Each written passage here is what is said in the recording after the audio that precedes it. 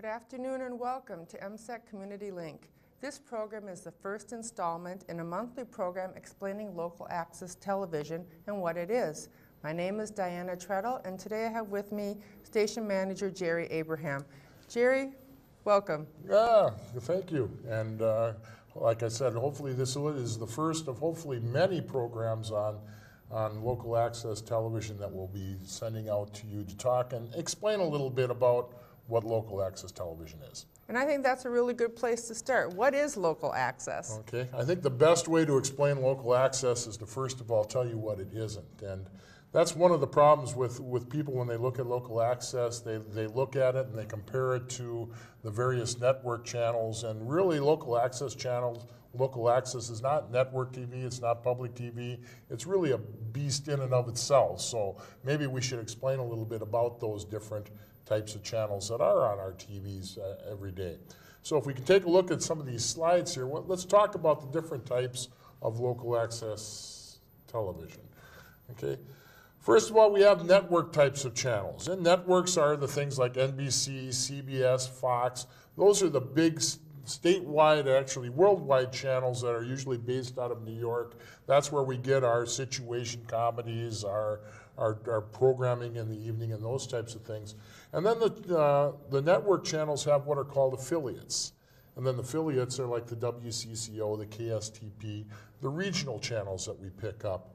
Like from out of Minneapolis, Alexandria, those types of channels. And those are what you can get with your rabbit ears or your TV antenna? Yeah, those are also what are known as broadcast channels, because they broadcast out. You know, you can pick them up in most cases with an antenna, but then you can also get them on cable. But we have the regional ones, and if you watch like a WCCO, probably 80% of their programming comes from the network, CBS, but then they insert their local news and those types of things. And then the other types of programs then, besides network TV, we also have cable TV. Okay, cable is somewhat new to the TV audience. That cable came in about the 70s, and you have channels that are specifically for cable TV. You have HBO, Discovery, Lifetime.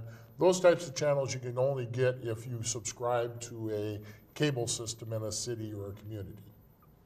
Okay, and they also include the network channels in many cases, right? Yes, they also include the networks. Usually on most cable systems, they will run the regional network channels as well. Okay. Okay, and then we have what a lot of people are familiar with, and that's public television, PBS. And then PBS is somewhat like the networks where they have affiliates too. They have KTCA, they have KAWE, some of the ones that we're familiar with in this area. But basically they operate the same way. Most of the programming comes from PBS, but then they also insert their regional programs as well. So they're like a network channel on a smaller scale. Similar to that. Not the big budgets and whatever. And of course their funding is a little different too. You know, with network television, most of their revenue comes from advertisers. They have put advertising on the channels. Public television, most of their money comes either from the federal government or from subscribers that pay in a monthly or yearly fee to PBS or to the affiliate to run the programming. So their funding sources are a little different, but they somewhat operate the same. Okay. And then, of course, now we start getting closer to what we do on our channel, but there is one kind of step in between. You have public television, then there are some programs, you don't see a whole lot of these channels, but in some of the larger metropolitan areas, there are things called community access television. And they are kind of a in-between of network and local access. The difference is they probably do get most of their money from what's called a franchise fee, which we'll describe a little bit later. It's fees that comes from the city to pay for the costs of running the channel. But they also do advertising, and they do run their own news and that type of thing. But that's what's called community access television. And you may see those in some metro communities, but they're kind of few and far between. And then we finally get to what we do, and that's what's known as local access television.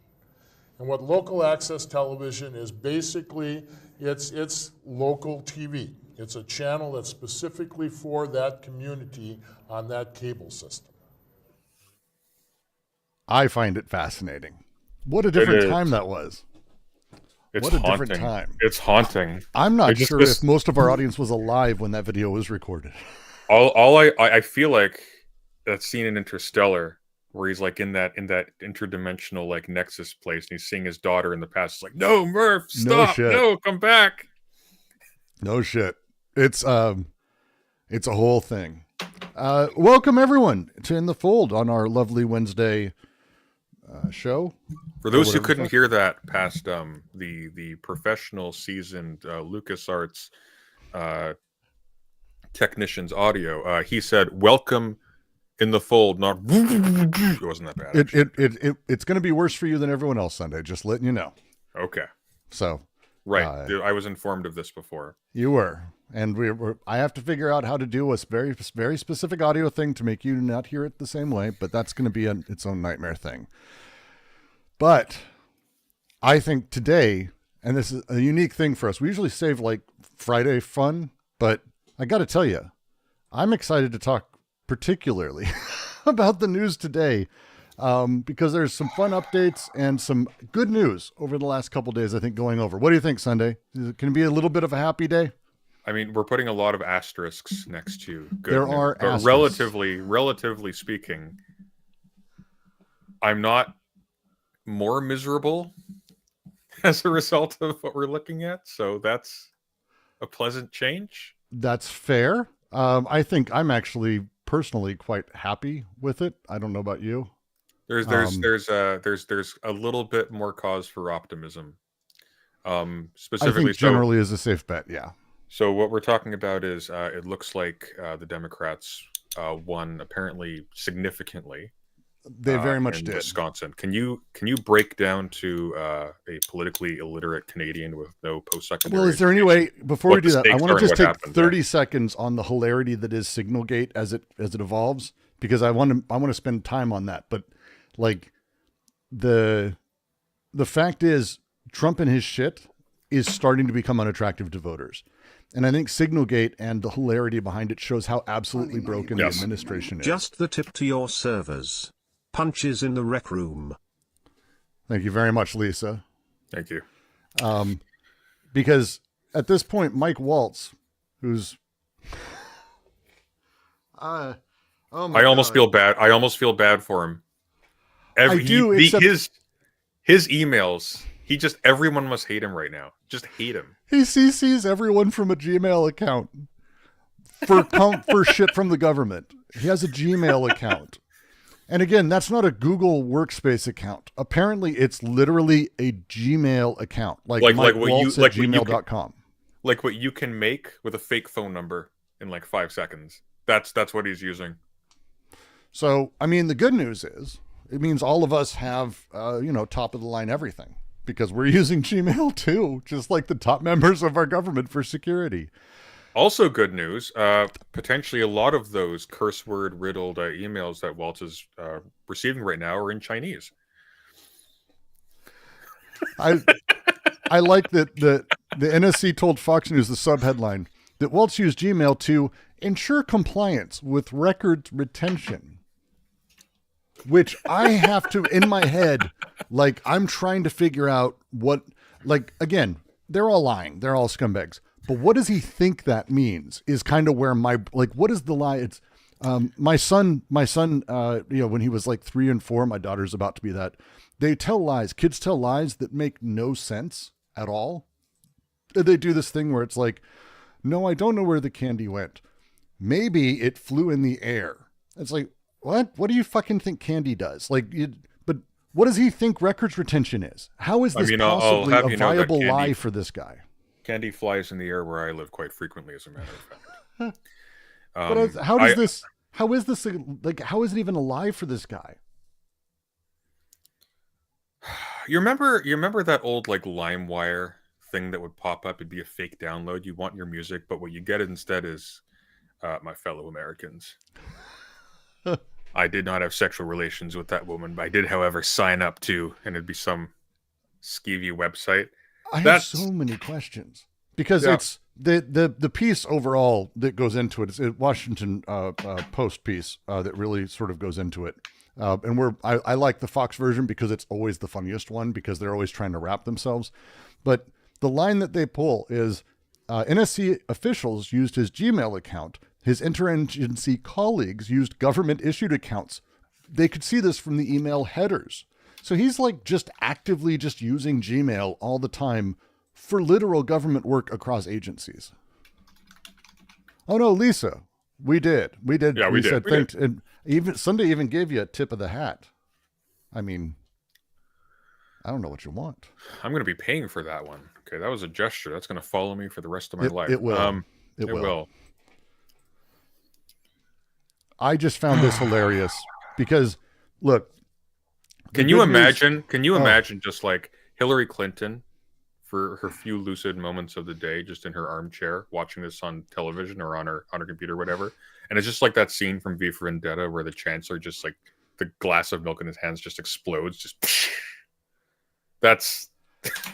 I find it adorable, and it's like the spokesperson on Tuesday that the Post report was an attempt to distract the American people from President Trump's successful national security agenda that's protecting our nation. This shit is not working anymore. It's working on some people. So very sadly, it's working on some people, but it's not overall. So Convenient Estelle was asking in chat, can you explain what the problem is with Gmail privacy issues? Very much so, actually, as a matter of fact. Gmail has been plagued with privacy concerns in the news. If he's using a Gmail account, all of his emails have been probably safely, but all of the information that's in them has been ingested to Google, anonymized in some way or another, but all that information's in there. That's at the base, because all of the stuff that you have in Gmail, if you use a Gmail account, everything is used in order to target you for ads. Flatly. If you don't know this, you should. Gmail's like the opposite of security. It's an open account that's incredibly unsafe. That's why paying for Google products is recent, because you are the product, as the meme goes. And it's like the idea that you have people under an administration, it's just wild. And it's like, this would be one thing if it was like, this was it, right? Like, oh, in addition to all of these high security secret means of communication that the CIA and people in the executive branch of government with access to the most sensitive information about the military maneuvers of the most powerful military on earth, like, aside from all that stuff, they also have a personal Gmail that they use to talk to friends and family. That'd be one thing. But these are government memos from people who have just been caught out for bringing in journalists accidentally. The specific person who did that. Into group chats on an app where they are then openly discussing the specifics of international strategy and particular military movements that also happen to be war crimes. Well, and on top of it, because the biggest reason they're doing it, which is always worth going into, is that they don't want anyone to be able to see, including Trump. This is not just hiding from the American people, which they are, 100%. But they don't want Trump to know who they're talking to or Trump's inner circle. And if it's on government communication, Trump and his people have access to all that. And they can mine that. They can look through it. They can see who's a traitor. They can see who's saying what, making sure everything's on the up and up for what they want, which is horrifying. Because, again, he's a shitty leader who has no trust of the people underneath him who are working directly for him. But, again, on top of this, what we 100% have here is also proof in the article that what he's doing is forwarding these emails elsewhere, because that's why you have this. If you're adding an email header where you're like, oh, look, hey, I'm having this conversation, my ability to forward that to anyone, and have it just go off, no one would know. And that is one of the big reasons that this is kind of a no-no. It's terrifying, but moreover, it's like think of we talked about this at length before, but think of the international ramifications. Imagine you're a country that shares intelligence with the United States. You ain't doing that anymore. Oh no, it's like, oh shit, we can't even. This isn't just an administration that is cynically targeting its own people without even realizing it because they're stupid. Cynically targeting its own people for destruction for political points once they're already in office. This is an administration that cannot be trusted to keep the most obvious secrets secret. Yep. And it's better than this too, because it's not like, oh, so and so from this government department was let in, this lawyer was let in, maybe like this person's retainer or assistant was let in, and this was supposed to be like for your eyes only level stuff, which it would have been. This was a journalist. This is a person who is directly financially incentivized to tell the world, to explode this information everywhere. And who also has a lot of ties, was former IDF guy himself. So in the chat, to be talking about Israel in front of this person is fucking batshit. Negatively, in ways that imply that they are trying to do things that Israel wouldn't like without Israel being aware. Absolutely fucking batshit. But I will go one further. I've actually got the most terrifying reality of this is that all of these Gmail records, everyone's got them already. Because if you have the ability to get a person's phone number, which everyone did, as we talked about on our last stream, the leak of all of the data and how they found all the signal data and everything. Yeah. If you have that, Gmail accounts are not secured. Two-factor authentication is a thing. What are the odds he uses SMS authentication for two-factor? Probably pretty certain. And it's at least one of the options that Google always offers if you say sign in another way. And so the ability to just fake that, which they can very easily, people can very easily switch that out. Don't ever, by the way, use SMS authentication, and don't use Gmail because they allow it as an option generally, unless you shut it off explicitly. That thing means that people probably already just went in and downloaded all of his fucking emails and then just signed back out. And if that happened, do you think he's going to go, hey, Trump, I made a mistake and people got in my account and I had to change my password. I got a notification last night in Gmail that someone logged. He's not going to tell anybody. And Google would never, no one would ever know that all of this stuff has already been the head of everywhere. The CIA would never know. That's the level we're at. It's fucking insane.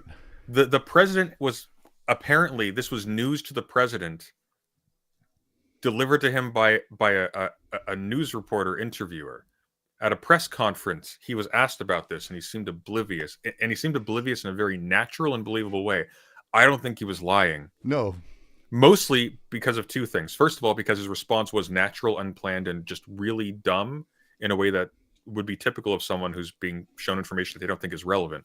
But second, because Vance in that Signal chat was explicitly saying, I don't think President Trump understands the conflict between his military decisions and his strategy, which means less explicitly, we got a problem, guys. Our boss is a moron. So it's... But all this... this is hilarious, and it's hilarious in those horrifying ways where 100% multiple countries already have all the secrets that Mike put in his fucking Gmail, which was a ton of emails. Good job, Mike. You suck. Chances are, by the way, he signed up for a lot of these things and other services with his Gmail that people also got access to. Like these things, spiderweb. If you don't know how insecure all of this shit is, like, don't do any of this stuff with government stuff or business stuff. Like, it's important as a thing. But... there's good news here.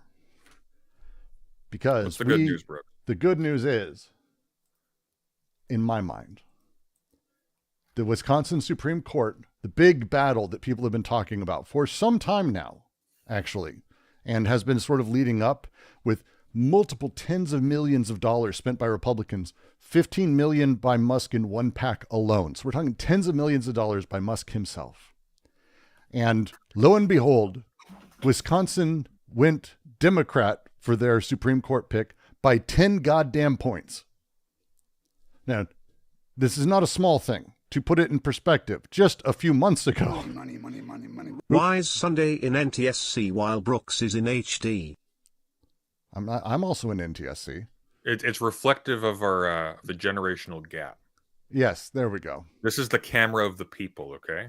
Yeah, I'm the camera of the bourgeois. Exactly. Thank you for the donut. Donald Trump took Wisconsin by point. Money.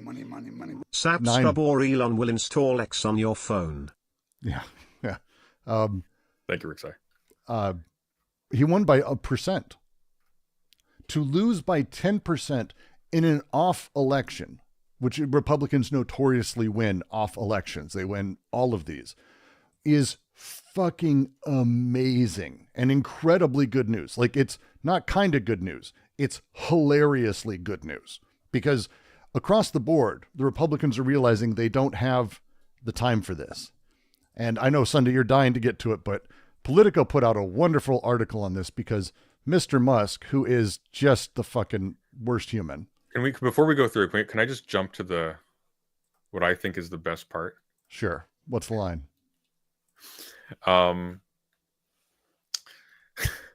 It's this one.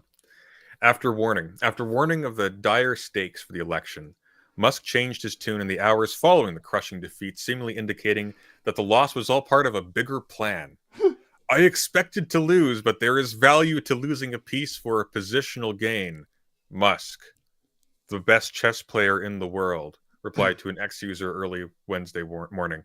It's just like,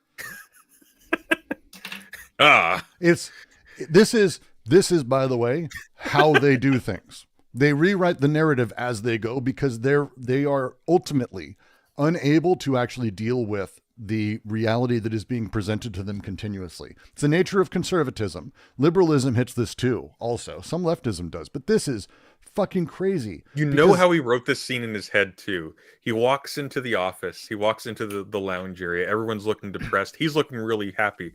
Why are you so happy, Elon? We just lost. All according to plan. It's like... And given that, as they bring up, because I have to quote it, the work that he did up until this point is fucking crazy. The amount of money he spent and what he said, as he wrote in the Spacious Conversation on X, hours before polls closed on Tuesday, all of Western civilization and the future of the world depended on this one seat that he then lost, but it was the good outcome, apparently, suddenly. And it's fucking crazy that this is seen as a person who's capable. It's embarrassing. It's embarrassing. Can we watch that talk where the poor bastards were addressing Trump on stage? Like, I've got a cyber truck. It's the best truck I've ever had, and my father's a pastor. He'd like to pray for you. Can we watch that? Grab the clip for me. I'd be not happy to. But we will, absolutely. God, hang on. It's the worst. These people are absolutely insane. And again, losing 10 points in Wisconsin in an off election as a Democrat, like, this is amazing. It's hard for me to, again, the number, let's just go back to the numbers and the way that they went. It's 1.3 million to 1.06 million. But the actual full election was only 1.7 to 1.67. Like, you're talking about almost 40% of Republicans didn't even fucking vote, or 40% decrease in vote. And a lot of those people switched over. Like, again, this is where you start talking about what is going to be happening now that Trump has done what he's done. He's fucked the economy, period. Yeah. Period. He has fucked the economy globally. Business is not backing Trump. The Walmart heir has pulled away from Trump, of all people. Like, can you imagine the Walmart heir is saying, this is a little too much for me. Like, yeah, it seems like the strongest supporters of Trump are the organizations that are trying to use the opportunity to steal as much information from the government as possible. This is huge. While the ride lasts. Going down, I love how this article is written, though. So going down immediately after the section I just read, the tech entrepreneur whose electric car company, Tesla, filed a lawsuit in the state earlier this year, had made Schimmel's campaign a personal project. Musk spent the last several weeks urgently campaigning on Schimmel's behalf, including a closing weekend appearance in the state, making the case that he needed to win to retake the majority on the court. While technically a nonpartisan election, Schimmel, a former state attorney general, was backed by Republicans and Crawford by Democrats. Following the election, the billionaire said the biggest issue, after all, was Wisconsin's Question 1, which added the state's pre-existing voter ID law to its constitution. Earlier Wednesday morning, Musk reposted a graphic from his America Just real PAC. quick. Yes, just so you understand how silly it is for him to say that. Just to say it one more time. The state's voter ID law is there, and it has been there. This added that law to the Constitution, so it can't be undone easily, except by the literal same vote in the other direction. That is what he considers to be the biggest issue here, is that a law that already existed is written in a different place. Well, because every single thing that he does is fake at this juncture, because now he needs to justify his existence, because the only concrete contributions that he has made to Americans so far has been to accidentally remove them from getting Social Security. Mm-hmm. What he's done to pretend that he's doing actual work helping other Americans is to remove dead Americans from getting Social Security, but which they can't, because they're dead. They don't get them. They don't. Well, didn't Doge put out a big article where they're proud of they've removed 100 millions of people are now marked millions as dead, of people. So the way who were marked as dead in a different way because no one understands apparently how Fortran coding works. But the way I'm given to understand how it works is that past a certain age, which incidentally isn't the oldest that anyone's ever been in America, but past a certain age, they just stop giving you checks. They just turn it off. And that's how they do it. They don't take you off the roll. They just stop sending it to you. You become sort of a null account past a certain age. I think it's something like 120 or something. So what they did was they removed those people, and you're like, look at how great we are. Look at all those people in the graveyard who weren't stealing money from the American people anymore. All Americans, by the way, because just to reaffirm, you can't get Social Security as an illegal immigrant. That's not physically possible. No, you can't do it. This is the part that is so mind-boggling, because a whole lot of the people who are supporting this are people who you would think would have an intimate understanding of this, because they're directly. I mean, you're talking about the story that literally led to my explosion with my own father yesterday as a nightmare, because he was so excited that Musk had shown that multiple million immigrants, non-citizens, were given Social Security numbers. And this guy had done this video, and Musk has been crowing about it.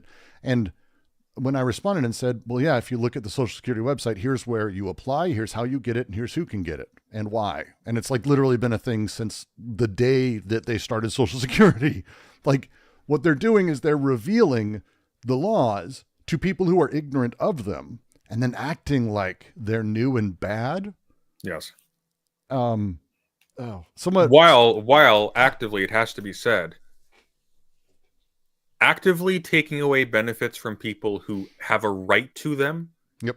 And need them. And this is one of the weirdest parts about this whole this whole sector of Republican thinking. There is this strange notion that the government, especially given the amount of libertarians who are part of this movement, there's a strange notion that the government that you pay money to has no obligation to do anything with that money that actually helps Americans at all. But at the same time, there's this bizarre notion that, quote unquote, slashing spending helps Americans. To do what, one wonders? I don't think anyone's ever asked that actual question. I've been reading, actually in preparation for stuff on Psycho Patrol R, not that you care about that. I've been reading Wilhelm Reich's I'll be Mass playing it Psychology. tonight. You're going to play it tonight? Yes, I played. Hey, just because I dislike games doesn't mean I dislike them without playing them. Good. Okay. We'll be able to discuss it Friday. I look forward to it. Well, I won't be able to because I'm dying too fast. But fair enough. I've been reading the Mass Psychology of Fascism, and Wilhelm Reich is excellent. The preface is wonderful, but there's a part in it in particular which I love so much, and it goes like this. When a fascist character, regardless of hue, is heard sermonizing about the honor of the nation instead of talking about the honor of man, or the salvation of the sacred family and the race instead of the community of toiling mankind, when he is seen puffing himself up and has his chops full of slogans, Let him be asked quietly and simply in public. What are you doing in a practical way to feed the nation without murdering other nations? What are you doing as a physician to combat chronic diseases? What as an educator to intensify the child's joy of living? What as an economist to erase poverty? What as a social worker to alleviate the weariness of mothers having too many children? What as an architect to promote hygienic conditions in living quarters? Let's have no more of your chatter. Give us a straightforward, concrete answer or shut up. Mwah. It's so Beautiful. good. And because it's that line where it's like, yes, we have to stop illegal immigrants because illegal immigrants are here raping women. It's like, oh, you care a lot. Okay, fine, good. Can we also take a bunch of money and spend it on all those backlogged rape kits nationally? Could we also very and kindly, we can actually get no, yeah. You don't want to do justice for that. How about counseling for rape victims? No. How about just classes on hypothetically toxic masculinity that prevents rape? No. How about just hypothetically, not electing an entire slate of people with outstanding rape allegations against them? Just hypothetically. Well, I mean, racist gonna racist. They're racisting. That's what racists do. I saw it on a comment the other day. Rape allegations, not racist allegations. The racist either way, allegations. They're all. I mean, again, when you're on the side of people who have multiple like rape convictions and accusations by extreme levels across the entirety, it's like, come on, guys. Someone described conservatives and Republicans, and this to me is like I see Musk and I see the people who love him, and I see this a lot. They're house cats. Because house cats believe the world is made for them, but they have no concept how any of it works day to day or what's needed to keep it going. And I kind of like that sort of way of sort of describing it, because that lack of understanding of how food gets into the house is very similar to people not understanding how the economy functions due to Social Security, or how things work when we start talking about taxation or where it's spent and how it's spent. It's an extraordinary sort of breaking of everything, to be frank. Speaking of not knowing how the world works, guys, we have 149 viewers in chat and only 35 likes. What the hell?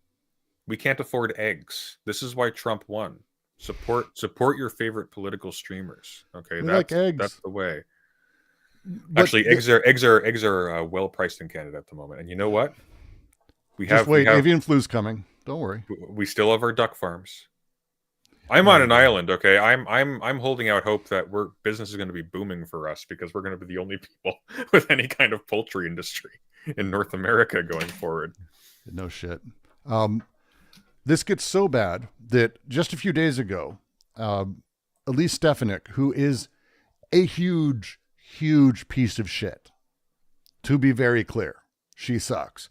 But of course she does, because Trump nominated her to be UN ambassador. As part of that, their confirmation process, which I really wish would have been sped up, it'd be hilarious now, she would have to step down from her congressional seat. Her senatorial seat. And the challenge is that I thought it was it's Congress. I can never remember where she is. She's awful. They know that their margins are already so tight and that people are turning so badly against the Republicans that they have like 9 months, maybe a year and 3 months to get things done, because they expect the next one to be completely destructive to them. So right now they can't give up any seats. They know their margins are too tight. They're terrified. There are a handful of seats that are actually out for votes. Pennsylvania's one, I think. There's a couple. And where these places all went red under Trump and they were safe before, that has turned in the last month so badly that they've actually asked Elise, hey, why don't you just not become UN ambassador? Which is fucking awesome, because she was doing it to become a presidential candidate. And now she's fucked. And that's funny to me. Yeah. It makes me happy. This made me so happy. What is going on with Lawrence? Can we look at the can we just like segue unnaturally into the Lauren Boebert thing, because I find that so enjoyable. It is. It is going to the Lauren Boebert and then the elevator. I want to do both of those. We need a palate cleanser. I'm down. Okay. Okay. This is fucking so embarrassing. This stupid woman. This is a Simpsons routine, is what this is. It is. So, okay, so just to summarize, Lauren Boebert is addressing Roger Stone. But Oliver somehow Stone. in her notes, she confuses she's addressing Oliver Stone. Oliver Stone, okay. Pardon me. No, she's addressing Roger Stone. She's addressing Roger Stone, who she thinks has the same bibliography as Oliver Stone. Oliver Stone is the filmmaker. No. Yeah, just so you know, it's Oliver Stone is who's sitting there. Is it? Yeah. Are you joking, or are you? No, I'm dead serious. We'll watch. No, you're right. Because no, fuck, you're right. I know you got it backwards. It's okay. I don't know. We went back and forth and we laughed about this like 4 or 5 times today. Oh shit, you're right. Yeah. Okay, sorry. She's talking here's the to thing. Roger Stone. It's easy to get this confused when you're talking quickly and we're talking about guys named Stone. When someone is sitting in front of you and they are not Roger Stone, and you're calling them and talking to them about a book they wrote, and this is where this is like really frustrating. Oliver Stone did a film and wrote a sort of compendium against JFK where he explains it. Roger Stone believes LBJ and others helped kill, like actively were part of the murder of JFK. And you'll see that when she talks about it here. You wrote a book accusing LBJ of being involved in the killing of President Kennedy. Did these most recent releases confirm or negate your initial charge? Oliver Stone's like, being what involved the in the fuck are you talking assassination about? of President Kennedy. No, I didn't. In the film, if you look closely, there's no such statements. No, I didn't. If you Yes, look sir. closely at the film, there's no. It accuses the President Johnson Okay. of being part of a complicit in a cover-up of the case, but not in the assassination itself, which I don't know. What do you think that he was complicit with? Yes, sir. I'll get to you. The cover-up. Well, how about, for starters, appointing Alan Dulles, the head no of idea the what she's CIA, talking who was about. fired by Kennedy, to the commission itself, to the Warren Commission, and he goes to almost every meeting, and he's pretty much in charge of the Warren Commission from the beginning. Alan Dulles. That's part of the evidence that points to President Johnson's either incompetence or involvement. Intentionally soft Mr. rolling Morley, I think the you had something to add on investigation that. I think you're confusing Mr. Oliver Stone with Mr. Roger Stone. I may have misstated it yet. Who? Sorry. It's Roger Stone who implicated I love LBJ that- in the I love that assassination of the she caught president. it. It's not. She's like, oh yeah, I misstated. He's like, no. I mean, but before, because she knows at that point, it's like, oh fuck, She's like, there's oh, another shit. one. Stone. Stated it yet. Who? Sorry.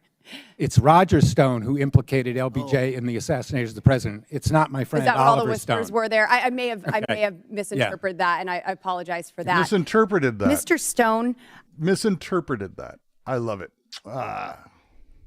Love it. She's great. Thank you again. The woman who jerks off men and musicals. What? You don't remember that story? No. That's What? yeah. That's a thing that happened. Oh no. Representative Lauren kicked out of a Beetlejuice show. Yeah, Beetlejuice Denver. jerking a dude off. Can we? Is that safe Uh-huh. to watch? I mean, we're not going to watch it, but you can. You can see her hands going right where they're going, and like she Oh, is out there, and it is very vicious. We'll say the back and forth. It is passionate. It's passionate. The Beetlejuice got her all riled up.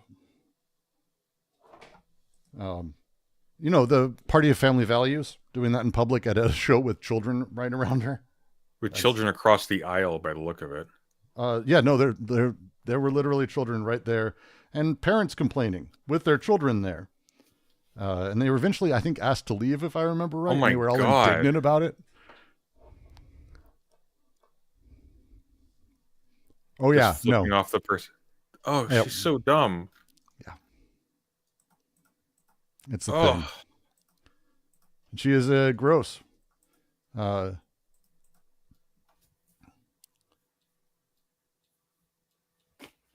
I'm just like, I think the part I love most is like, this isn't like some, like, you can't even have, awful. you can't even, you can't These even people have are any like awful. Schadenfreude about it, because it's like you know they don't care. They're just trash. They don't give a shit. No, they are self-absorbed in every possible way that they can be. That's their existence. It's a shame. Speaking of those self-absorbed pieces of utter garbage, Jim Banks, which is So we weren't watching a Quarantine Collective video. Sorry, go on. Hi, I was a worker at HHS. I was fired illegally on February 14th. There are many people who are not getting social service programs, especially people with disabilities. Are you going to do anything to stop what's happening? You probably deserved it. I deserved it? You probably deserved it. I deserved it. Dude, that's wow. so rude and sad. Yeah, that's great to hear. Why did I deserve it? Because you seem like a clown. Okay, sir, you shouldn't have said that on. These are USA workers. Hi, I was a It's worker really- at HHS. Here's the worst part. The worst part is that his security is very clearly a bunch of IT interns. But go on. Like these children. Yeah. He sucks. He's always sucked. He's an ultra right-wing guy. What do you expect? But this is callous. Like, at a minimum, Yes. you shouldn't be proud of this, right? Yeah, he's doubled Except down. He doubled down, not only yeah. saying hard truth, but then changed his profile picture What? to being my God. the elevator with the doors closing. That's gonna endear you to your constituents when they aren't getting their social security checks, and you've Indiana massively increased unemployment because now all of a sudden all these federal workers are competing with the already struggling job market. Like, sorry, go on. No, he's just awful, and he's proud of it. He's proud of it. The AB, which is posted the cracker of the day. He's like, I'm honored. Like, it just doubling down across the board. He is just that gross. I mean, I just am stunned at the level of pretty absolutely horrifying everything that these people are now proud of. They're proud of callousness. They're proud of a lack of empathy. They hate empathy itself. It is a really extraordinary set of behaviors. It is a very good thing that most of Trump's voters run between 40 and 70, I think. Yeah. Yeah. It's absolutely nuts. These people are fucking crazy, man. Yep. Yep. Fuck. That's gonna be a college textbook photo. That's gonna be in there somewhere. It's going to be a story because it's in a European university, to be clear, not in the United States. Just like it's just What are mind-boggling. the odds folks like these are going to bitch if there are consequences for their actions down the line? it's always it's always going to be the woke mob who, when he loses, and he will lose, don't worry, in a few years, because he's sadly senator. So it's few more years of him, unless there's a recall election, which you never know in this climate. He'll be swapped out. But I think the thing that's harm right now, and the thing that really scares me, is how proud he is of that callousness, and how he said to someone's face who was saying, hey, by the way, I do work to help disabled kids. Well, fuck you. You're a clown. You probably deserved it. Kind of amazing. By the way, a guy who is not portraying as a clown at all. I hadn't seen this clip before. I'd heard about it. This guy seems very grounded and normal. Like this is a normal, vanilla, basic white American male office worker. It's the most general crossover between your victims and your supporters that you can get. It's amazing. It's so stupid, because what he should have said is just what he could have said is just nothing. He could have just ignored him, said nothing, let the elevator door close. What? What's that? Can't hear you. And it wouldn't be a story. Astonishing. It's and we see this a lot. I again ran into this just recently myself, but the pride in callousness and the idea of calling victims the cost of all of this, or the cost is going to upset people, or sometimes this happens, or it's such a fucking it's the therapeutic way. value. It's the therapeutic value of hard truths bullshit, where you do this. Because here's the thing.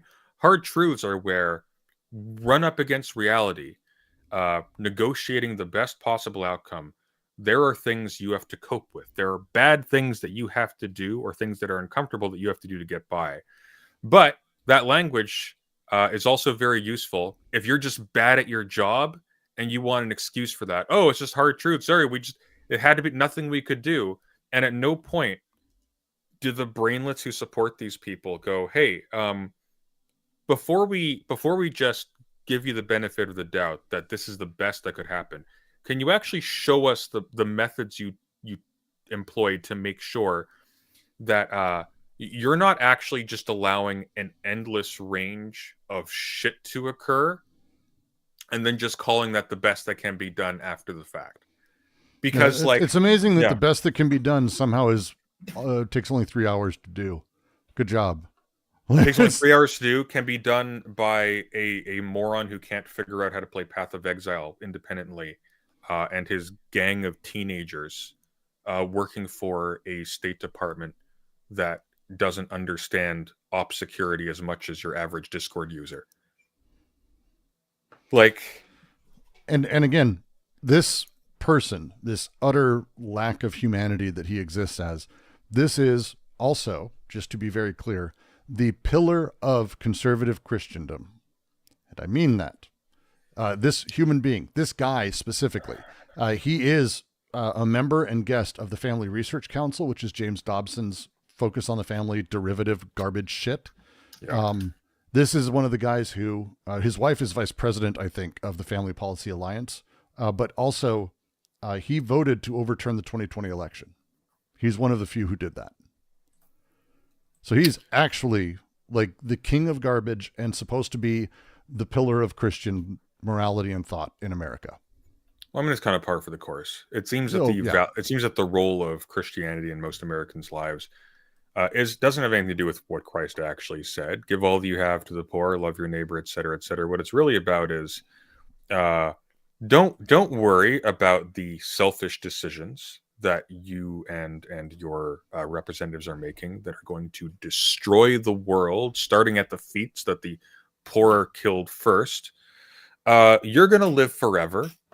And what really matters is that those people who told you evolution is true in school and made you feel a little bit scared, they're gonna get their checks taken away so that they can't support their families, and a whole lot of other people are driven into mental illness and poverty.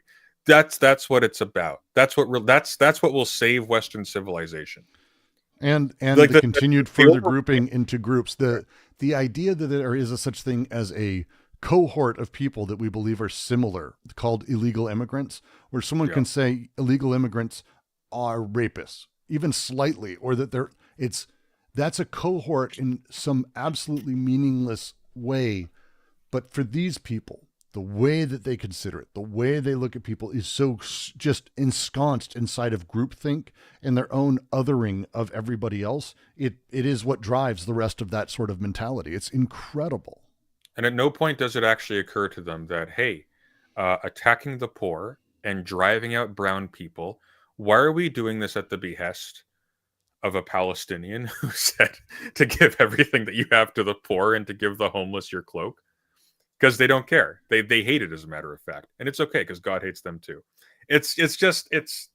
And what will end up happening is all of these people will be hated by their children. And a lot of them will end up among the poor themselves. And then suddenly they'll have a change of heart. Or they won't. And you won't be able to feel good about it because they're taking us all down with them. So,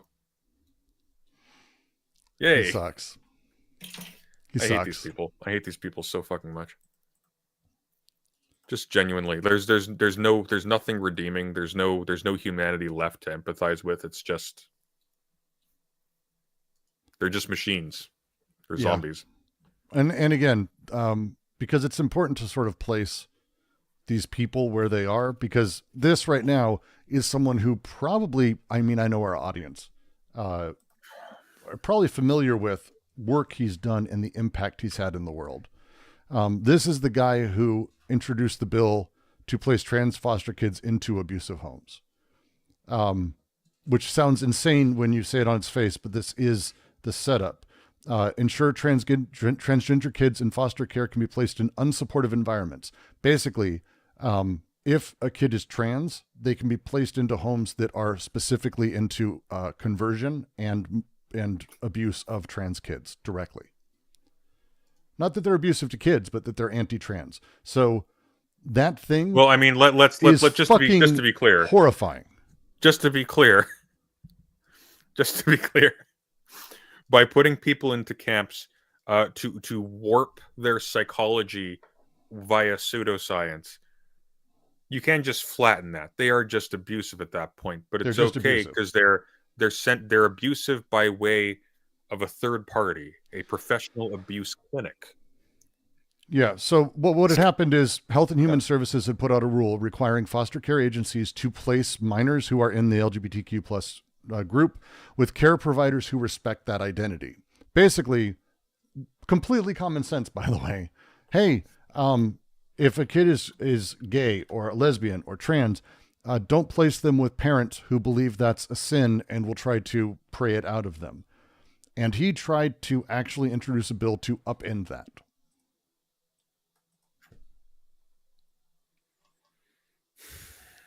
He's that person. I wish there was a way to segue this into a conversation about Trump and mining raw earth, but I don't think we can. No, these people who are doing these awful things. It feels stochastic because the news does not put these people in context, especially YouTubers who do the YouTube slop. They'll show Jim Banks and they'll be like, oh my God. And it's this one thing. Can you believe what Jim Banks did?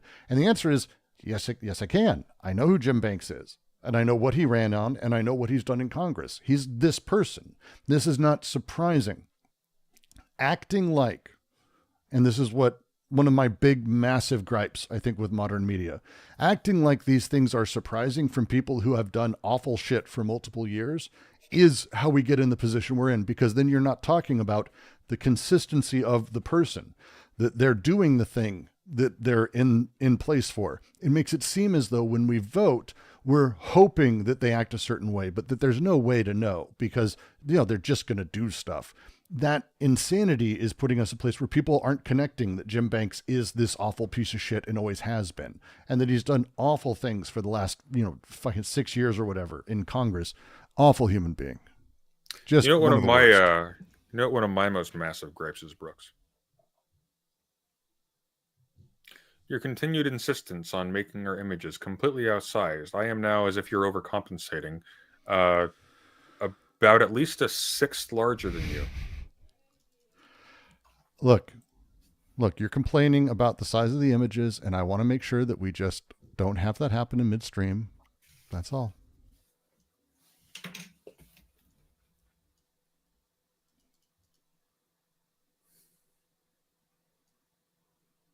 What's next, Brooks? Or did we exhaust it already? Did we just zoom through it? I think we just zoomed through it. We zoomed through a lot. These are all, here's the thing, like the thread with all of this, and I think we should move to off politics for a little bit and talk about something I think a little closer to us, video games. But the thread of all of this simply is, hey, this stuff that they're doing ain't popular. They've failed the thing.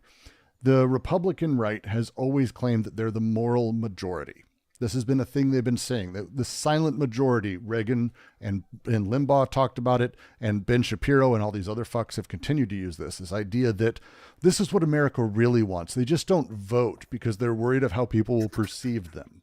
That silliness. And now that they've got all the power, which they got under Bush, and they did literally the same shit, corrupt, horrifying things where they undid all the major parts of our government that allow things to work, which paved the way for horrifying economic recession. Lo and behold, the Republicans again do the same thing. This time, though, I think they're so clownish and extreme. We are seeing already in elections taking place yesterday and will be taking place that en masse, this is not what people voted for. That this isn't a, hey, everyone likes all of Trump's policies. No, there's a multifaceted, complex reality of things that cause people to vote, and this ain't it. And that overconfidence in this last 2 months, that has caused the economy to literally collapse in horrifying ways. It's Obama oversaw, I think, since Jimmy Carter, it's Obama and then Trump who had the first worst 50 days as president. But to be fair to Obama, the 2008 financial crash happened literally right before, and his 50th day was the bottom. And so it was able to come out. It ain't for Trump. It's going to keep going. Well, that's the thing too. One nice thing about this is that the consequences of this aren't going to be deferred for very long. No. Because it's not just a matter of he's causing extreme economic turmoil very, very fast. He's gutted the intellectual capacity of his government to actually change things, to avert course. He's destroyed his country's reputation with trading partners and potential trading partners, because nobody wants to become dependent on a business relationship with a country that's just going to torch the whole boat every 4 years, which is where it's at this point. And even the people he's cynically on side with, like Israel, for example, well, it's still to this day, as we speak, bombing Gaza, because better 2 million people become homeless and or dead than one imaginary. And don't forget Yemen. Everywhere. At this point. Even then, because their security is so fucking terrible and they're so incompetent, even those people are now getting messages with the rest of the world as well that, we're not actually coordinating with these people. We're actually doing stuff that we suspect they won't like. Here's how we're going to sell it so they don't realize it. And like, what even more is there to say? They're coping with this by just pretending to be rock stars who don't give a shit, and now they're getting trounced in elections. Because the only people now who are continuing to feel any enthusiasm for them have sub 90 IQs. Why don't you put on that link I sent you, just so you get a sense of the level these people are operating at, because it's terrifying. It is actually terrifying. It really, we're just going to watch this for a second. This is awful. See, we'll go. Hi, Elon. I also am a teacher. I was a teacher in Colorado for 8 years, high school Spanish. But I moved here last year and got to vote in Wisconsin, where my vote actually mattered, and I'm so glad. That was amazing that we got Trump elected. Yeah. Oh, it's off the screen, Brooks. Oh, it popped off the screen. Of course it did. Why did it do that? That's weird. Why did it do that? The fuck? And no sound. Can't do the screen and no sound. What did you do? Also, what did you do? Okay, there we go. I was a teacher in Colorado for 8 years, high school Spanish. But I moved here last year and got to vote in Wisconsin, where my vote actually mattered, and I'm so glad. That was amazing. It didn't matter, that we got buddy. Trump elected. Yeah. It didn't matter today, buddy. Good job. And I was listening to, I believe it was Patrick Bet David. He called this perfectly, where he said, when Trump gets elected, he's going to go from enemy number one to Elon's going to be number one. And for the reason, I mean, he only has a couple years left. And we've all seen the left go after you and make you #1 enemy. And just walking in here, we heard Nazis suck. There's all this horrible thing. And just on a serious note, I just want to just pause for a second. My wife and I. The people, they're saying horrible things as we walked in, like Nazis suck. This is just as a tip. If you ever get accused of being a Nazi, don't just laugh and say, huh, "That's what you think." And especially, it's easy to do. You just go, and especially, no, fuck Nazis. And especially, don't sig heil at a Republican conference. If Elon were to actually care about not being seen as a Nazi, he could just go, "Hey, look, I was doing this. I'm dumb. Look, the reality is Nazis are huge pieces of garbage. Every single one of them. Their ideology's trash. I hate." There's a reason he's not saying they that. ripped us off. We were first in South Africa. They are hacks. Right. That's what he should have said. But I'm just saying, if he wasn't a Nazi, it's easy to do. You say, "I'm not." It's ridiculous. Nazis are pieces of shit. I hate them. Blah blah blah. But he's not going to badmouth Nazis. Let it be known that Elon will always be #2. Poop emoji. Elon will always be #2. Very nice, Insomnia. It's horrifying. The YouTube video is mono. That's not my fault. That's the YouTube video itself. For some reason, is fucking mono, and I don't know why. That doesn't make any sense. It shouldn't be coming out. It shouldn't be coming out mono on the other end. Just because we're hearing it mono doesn't mean they should be hearing it mono. It should be just whatever. They're only hearing left. And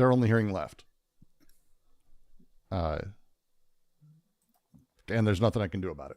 So that sucks. But I'm not only hearing left. Are you only hearing left? I'm only hearing left on it.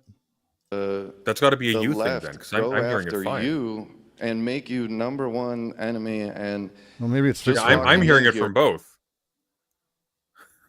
That doesn't make any sense. Then I fixed it. Okay, well, there you go. Nazis suck. There's all this horrible thing, and just on a serious note, I just want to let you know, my wife and I pray for you at night. Thank you for your safety. We pray for the wealthiest man in the world. And honey, I'm tired. I need to go to bed. Just one second, darling. We need to pray for Musk first. But I think this one's safe, No, he just made a joke about. Can't wave to the crowd. You don't know what'll happen. Nice. And I've been a fan of yours for like a decade, and I've Imagine been being a walking fan Tesla of a ad businessman. to anybody who Pause talks the to video me. when you comment. Oh my God. Sorry, it's fucking infuriating. This poor fucking guy. And it's just like, imagine being a fan of a businessman. I remember one time at a lecture in university, this complete blowhard was on.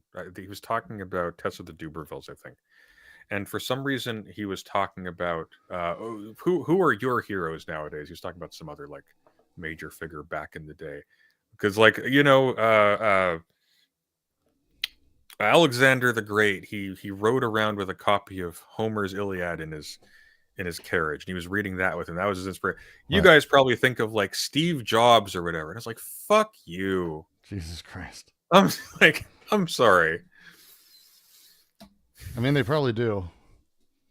In a literature class, I hardly think so. Oh, that's probably true. Not in lit, but I mean, maybe. Even though I never had a Tesla until I came to Wisconsin too, and it's 10 years old, but it's the best Model S I've ever had. Thank you. It's incredible. Thank you. But it's retaining value very well, by the way. All Teslas do. Just because of the weight of the metal? No. And the fermenting of the glue that's holding them together? What do you need, Dex? I found Bala, and I just got Bala, but I can't find Bali. I don't know where Bali is. Can you grab your sister? Bali's in India. Bali is decided to be in my office somewhere, I think, somewhere. Did you find him, Dex? 2 seconds. All right, we'll just keep going. They're walking around my office looking for something. But I just wanted to ask you if it would be okay. I brought my dad with me, He's a pastor, and I just thought, if it's okay with you, I would love for him to say a prayer for you as well, for your protection. Sure. Thank you.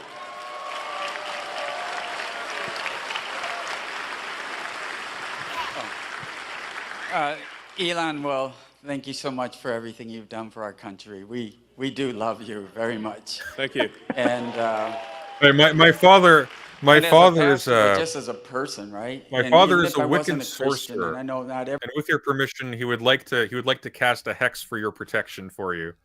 Can we anoint you with oils? Is there any way we can anoint you with oils so you can have the protection of our Lord? Yeah. Fuck. Have you ever seen the best clip of someone who really worshipped Elon? I think I sent it the other day. Because it's like the most. Oh, was Bali in Indonesia? I thought Bali was in India. Bali's Indonesia. Don't they call it Bollywood? Because wait, does that mean something else? Yeah, that has to do with something else. Bali is not Bollywood. It's not the same thing. That's okay. Why? It makes so much sense. Why is it called Bollywood? I don't know, but I just assumed they made all the movies in Bali. I don't know what to tell you.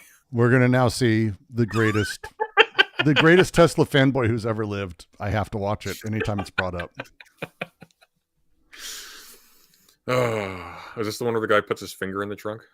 No. Just a quick. This is 10 years old at this point. 2014 shareholder meeting. Quick follow-up. I've been asking to speak to you now for 2 years, to talk to you, to tell you that I'm also a super genius like yourself. Okay. I'm not sorry. I'm not sure I'm one, but all right. No, I'm sorry. I'm not. I'm just saying serious. This is to all benefit of Tesla shareholders in the world. I am a capitalist like yourself. I am also a level 2 stage. I've been waiting for 10 years now for someone to give me a second look, a full second look. And if they did, they would see a very advanced mind in front of them. So I'm asking you today, can you give me a second look? Okay. I mean, I'm not sure what a second look in what I'm not sure in what regard. I would like to come on board as vice chairman of Tesla.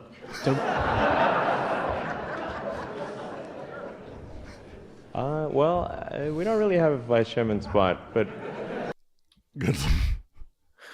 Keep it going. Keep it going. Keep it going. Don't stop. Don't stop it. Keep it going. Yeah, I mean, I think that's I don't think I'd have to say no. I'm sorry. I'm sorry. I can also apply for a future CEO position, but I would at least I would like to come on the board of directors. I apologize. This is to the benefit of Tesla shareholders. I think we need to move on to another question. My apologies. Was this serious? Yeah. Who is this guy? Does he have like a presence somewhere? Not really. It's a long story. I'll tell you offline sometime. He wrote a book about second level capitalism. But my favorite part about this is if you watch the sign language interpreter and stage. I've been waiting for 10 years now for someone confused. to give me a second look. Her face is what makes this for me. And if they did, they would see a very advanced mind in front of them. Anyone who says I resemble the sign language today, interpreter can you give gets me banned. a second look? Okay. I mean, I'm not sure what a second look in what I'm not sure in what regard. I would like to come on board as vice chairman of Tesla. She's like, she's like, we don't really what? have a vice chairman She's spot. like, he just like looks, what? Just what? I appreciate that. Just a little light bit. But this is the thing. This is what Musk has always done, and what these people have always done, is play with this really awful cult of personality that they know they can develop in very particular ways. And that's what this is. Extremely mentally vulnerable. That's what it is. Deeply pathetic people. I feel bad saying that in this case because this guy obviously just isn't. No, it's such a cult of personality that Tesla stocks today went up by 5%, I think. But it's a really fascinating thing because today the numbers came through that Tesla missed its expected through numbers, which means delivery across the board is actually down, I want to say like 7 or 8% over where it was supposed to be, which was already depressed. And that somehow, like, hey, Tesla isn't actually delivering all that they said they would or what people thought they would even. They didn't even make those numbers. But because Trump said that Musk isn't going to be around longer and he's going to go back to work, the stock went back up. That's how fucked up like this mindset is that Tesla is like, oh, we're going to have better 5% bump because Musk might come back and not focus on this other thing, which is Musk might come back and stop losing in other domains. Oh, fuck. The S&P dropped. So I was watching the S&P and everyone else was up at the end of the day. And then Trump, we're going to do we're doing a stockholder moment. We're going to do a stock moment. No, boo. Everyone subscribe to the channel to protest the boring content about stocks. I know. It's, only the things that matter. Like it's only the economy and all that other stuff. I want to talk about Donkey Kong. Okay. That's probably fair. We probably should do that. No, we're going to talk about stocks now. It's the new exclusive stocks game for Switch 2. Well, so here's the thing. The end of the day, before I scroll down, you can see the extreme. This is not good. It's not a good day, but it was okay because the stocks made a rally in advance of Trump, who at 4:30, which is end of the day, by the way, began his speech. I just want you to let me know that when you're saying I can already tell it's looking bad by looking at green, I literally just see a search bar, which looks very bad. It's a very ugly search bar, to be clear. You might want to scroll down just a little bit. How's that? There, that's better. All right, that's good. Extreme fear, that's more like it. Yeah, so the market did okay today, up like 5%, and it went into Trump doing a very long speech where he was going to begin announcing the tariffs that are going to be taking place at midnight. But he didn't begin telling what those tariffs were because he rambles so fucking long until after hours. So the stock market like closed up. Yeah. Not terribly. But after hours, I haven't had a chance to. That happened after his speech. Jesus fucking Christ. That's fucking wild. Sorry, this is just. I'm actually like, this is. Because people were talking about the stock market rally. If you look at the news earlier today at like CNBC or everyone else, the articles were going out saying, hey, stock market rally is in advance of Trump's speech. Stock market rally is in advance of tariffs. And Trump announced the tariffs, and they're awful. We'll be going over them definitely Monday, maybe Friday. But after hours, it looks like everything just decided to shit the bed completely. NASDAQ futures are down 4%. I mean, futures I expected to take a dump, and more, and it's getting worse actively as we're watching it.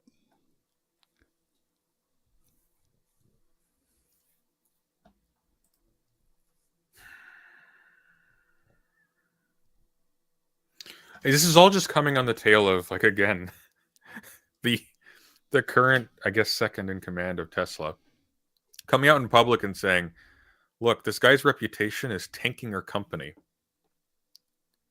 Our Teslas are getting protested. Like, do you want to do a few minutes on the tariffs before we switch over? Because tariffs. Yeah, I guess we should. I mean, this is going to be more a live thing. This is fucking crazy, though. Like, again,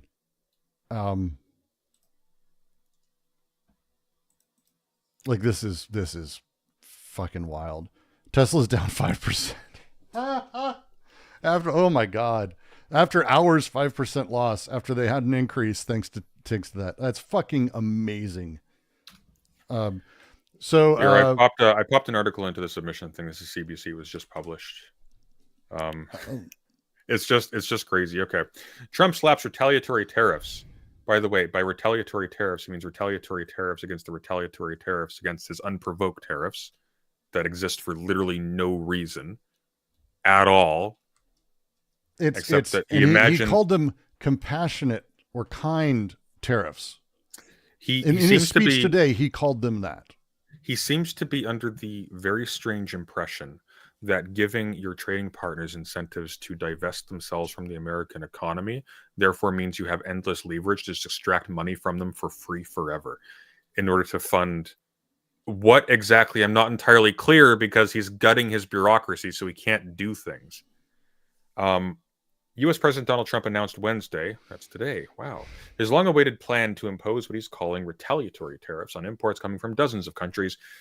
But the White House said there will be no more levies applied to Canada than what has been previously announced, probably because somebody in the back end who he can't fire immediately because he has dirt on him is probably telling him, hey, Donald, stop, you R slur, by which I mean ressentiment-filled long pig. But anyways, the White House said that the tariff rate will apply to Canadian-made passenger vehicles. Trump said, however, that he's going ahead of the 25% tariff on all foreign-made automobiles as of midnight Wednesday, which could have severe implications for the Canadian auto sector. The White House said that that tariff rate will apply to Canadian-made passenger vehicles, but there's a caveat. It will only be levied on the value of all non-U.S. content in that automobile, which is calculated how I'm not, and by whom. I'm not, dude, is it by weight? Is it by like cost of part, MSRP? Like, this isn't even in the fact sheet. Shipping? It's not even in the fact sheet, because I was poking through that when they released. Yes. I was poking through it. It's not even in the fact sheet. I have no idea what any of this means. I don't know what non-US content means, because this is what happens when you produce a vehicle. A part is made here, it's sent over a border to get processed here, it's then sent over a border to get assembled here, sent over another border to get assembled here, and then that piece is sold to put into the car, and that car could be made in the United States and then sold in Canada, or made somewhere else and then sold in the United States. What does U.S. content mean? Does it mean it was mined in the United States? This is why the totality of tariffs, as they're talking about them. I mean, again, I know why they're doing this, and it sounds awful. We'll get there. But the totality of tariffs, where they're talking about like China, for example. Well, wait, the ways global supply chains actually work is it is cheaper for the supply chain to take harvest of food in Chile, send it to China for wrapping, and then bringing it to the U.S. It takes a shorter amount of time, and it's incredibly cost effective versus actually doing it there or bringing it to the U.S. and doing it here by wide margins. So the question is, does that count? Because it also happens with American corn. It's cheaper to ship it to China than to actually have it done here. So it's cheaper to ship, which, by the way, a tariff ain't going to fix that. So it's going to be cheaper still to do it there than to have it all wrapped and done here. So what is that American enough? Well, what you're witnessing, which you know, of course, what we're witnessing is a capitalist class that doesn't understand the economics that actually gives them their class advantage. Namely, there's a reason why it's cheaper to ship all this stuff around. They have it processed by foreign people who have absolutely who have basically no rights and barely a basic quality of living that they can get from doing this work. And that's that these places where they ship this material allows the radical exploitation of workers, essentially only almost as good as slave labor. That's it. So like just to be clear, like these relationships are not in and of themselves good, but they work. And there's no replacement. It's not like, oh, okay, we'll just force them to give us more money. Okay, but now you've made it more expensive. So what are they going to do? You've eliminated the benefit they receive from engaging in this trade relation, even this indirect trade relation. They're going to look at other markets because it's still going to be cheaper there. It's like children can understand this. It's not complicated. Now, Newsweek breaks it out a bit so we can kind of see a few things. Yes. Sorry, not a Canada-focused article. I apologize. Trump held up a chart while speaking at the White House, showing the United States would charge a 34% tax on imports from China, 20% tax on imports from the EU, 25% from South Korea, 24% from Japan, and 32% on Taiwan. What the fuck? Enjoy that for everything. The centerpiece of the announcement is a 10% universal baseline tariff on all imports effective immediately. That sounds like he sat down with a bunch of people with translucent green visors and they did the math and they got a very specific number. This is why the economy is crashing. This is the thing that did it. Because read the rest of that. Chinese imports are now subject to cascading tariffs of 10, 20, and 34%. They pay 54% tariffs as of now. Yep. In addition, and by the way, everything is from China. Even stuff that's not from hate. Quarantine Collective has a lovely mug. This made in China, printed here. How merch companies work. If you've never run a t-shirt company or a merch company and you don't know their pipelines, they buy all their shit in bulk from China and put the labels on here because printing here is cheaper and because it's way cheaper to have it made there than here because we don't have the infrastructure for the cup. Because who gives a fuck about a cup? We care about the brand and the rest of it and the complicating things. This is the whole point of having a multi-tiered, layered infrastructure for your economy. And Trump, who's a bad capitalist, doesn't understand it. How about products made from like American wood, say? Like some kind of piece of furniture or carved or whatever. It's been assembled from the raw materials into a thing in America that you buy. Well, careful, because that might have actually been sent to somewhere like China to get treated first, because it's cheaper. It might have been sent in bulk to get treated first because it's cheaper. Like the raw materials, it doesn't just the quote unquote raw materials. It doesn't just stop at like, this was assembled, this was manufactured here by American hands. Yeah, okay, where'd they get the parts? Where'd those come from? Where'd the parts for the parts come from? And it Where'd gets the worse. Ingredients come from? It gets worse. Yeah. Trump's administration imposed country-specific reciprocal tariffs on nations it accuses of unfair trade practices. India, Vietnam, the EU, and China. The rates are calibrated at approximately half the rate those countries impose on the U.S. For example, China, which Trump said charges 67% on tariffs on U.S. goods when factoring in non-tariff barriers, which is not apples to oranges, by the way, literally reread that sentence, will now face a 34% reciprocal tariff under the new system, in addition to the 10% baseline and the 20% tariffs already in effect. Vietnam, assessed at 90%, will face a 46% tariff. India, 52%, will see a 20% duties. Well, EU will be a 20% response according to the White House chart. He actually held this up. This is a very healthy-looking man who's certainly not dying in front of us at all. Why would you say such a thing? That's terrible. This whole thing is absolutely fucking insane and batshit nuts. Here are all of the countries being hit and the tariffs with reciprocal. Now, there's a few things that are worth noting. First off, Taiwan, right here, Taiwan has tariffs because they are a tiny island nation who is locked in a trade war with everyone around them in a pretty kind of awful way. They also control all the chips. China makes some, sort of Korea, but Taiwan makes them. NVIDIA makes them. Intel, everyone makes them there. This is a 32% cost increase on all chips. So we're going to end up talking about the Nintendo Switch 2 to end today, but we should be thinking about this quite seriously because we now have an MSRP for the Nintendo Switch 2. It came out. It's $450 US or $500 for the bundle with Mario Kart. This is what we know today. That was in place prior to these tariffs. Yes. Now, as soon as people in the U.S. have to pay tariffs on anything from Taiwan or Japan, 24% and 32% respectively, because those are going to be the two places that these are made. And then, by the way, where else is it made? China. China's the other place. Why does it hate Japan again? Why do you guys hate Japan again? I'm confused. We hate anyone who's not like, I mean, we hate everybody. We're stupid. Yeah, but they're bad capitalists. Hang on, but Japan's the nice ethnocentric racist Asian country. Don't you like that one? That's the one all the right wingers fetishize. But again, we more like Japan. This isn't about trade. It's not about trade. They don't care because they're bad capitalists. They have another goal they want to get to. Do you know what the goal is? Revenge. Nope. The goal is Trump actually wants to get rid of income taxes and all capital gains taxes entirely and replace them with tariffs. Oh, yeah, I knew about that. My brain blocks it out because it's so fucking stupid. It is actually the stupidest thing that a person can say that they want to do. And I mean that by the way, the absolute and total way. It is the stupidest thing a person can do. You're interrupting me again, Brooks. Just so you know, should be. I'm assuming you said sorry. I couldn't even hear him because he was interrupting. I said I know. Oh, good. Well, fuck you too. The best part about this, though, when I look at these numbers, right? So, like, the tariffs on Taiwan, what, 64? Pull up that chart again. Up. You can tell which ones are political and which ones aren't, because the ones that are political have a 0 after them.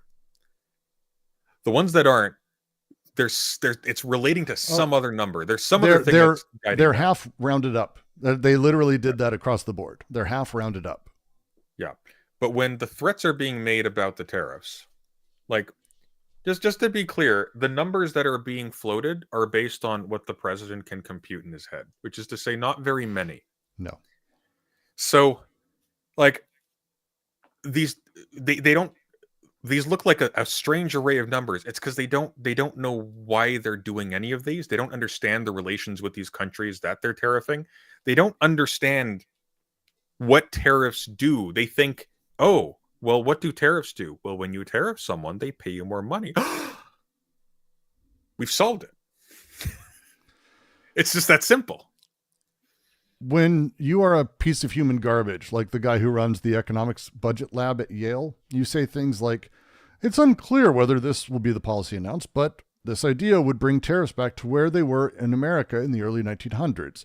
It would raise $3 trillion over a decade, enough to pay for about half of the tax cut extension. Again, this is the goal, but it would also raise prices by the equivalent of more than a year's worth of normal inflation and cut U.S. economic growth of 2025 in half. So you're saying, oh yeah, no, it would do this, but it would ruin the country. But you say it so lightly. So everything is going to be inflated. Everything. We used to joke about how, oh, they're playing like a paradox strategy game. They're playing Europa Universalis or Victoria 2. But honestly, that would probably be more desirable at this point compared to the kind of mentality that's being brought to bear here. Because even in Victoria 2, when you tariff too high, you lose trade relations. There's reality involved. You would get a basic lesson, which is you make it undesirable on a piece of paper to do trade with you. People are going to start not making themselves have to do trade with you as fast as possible. The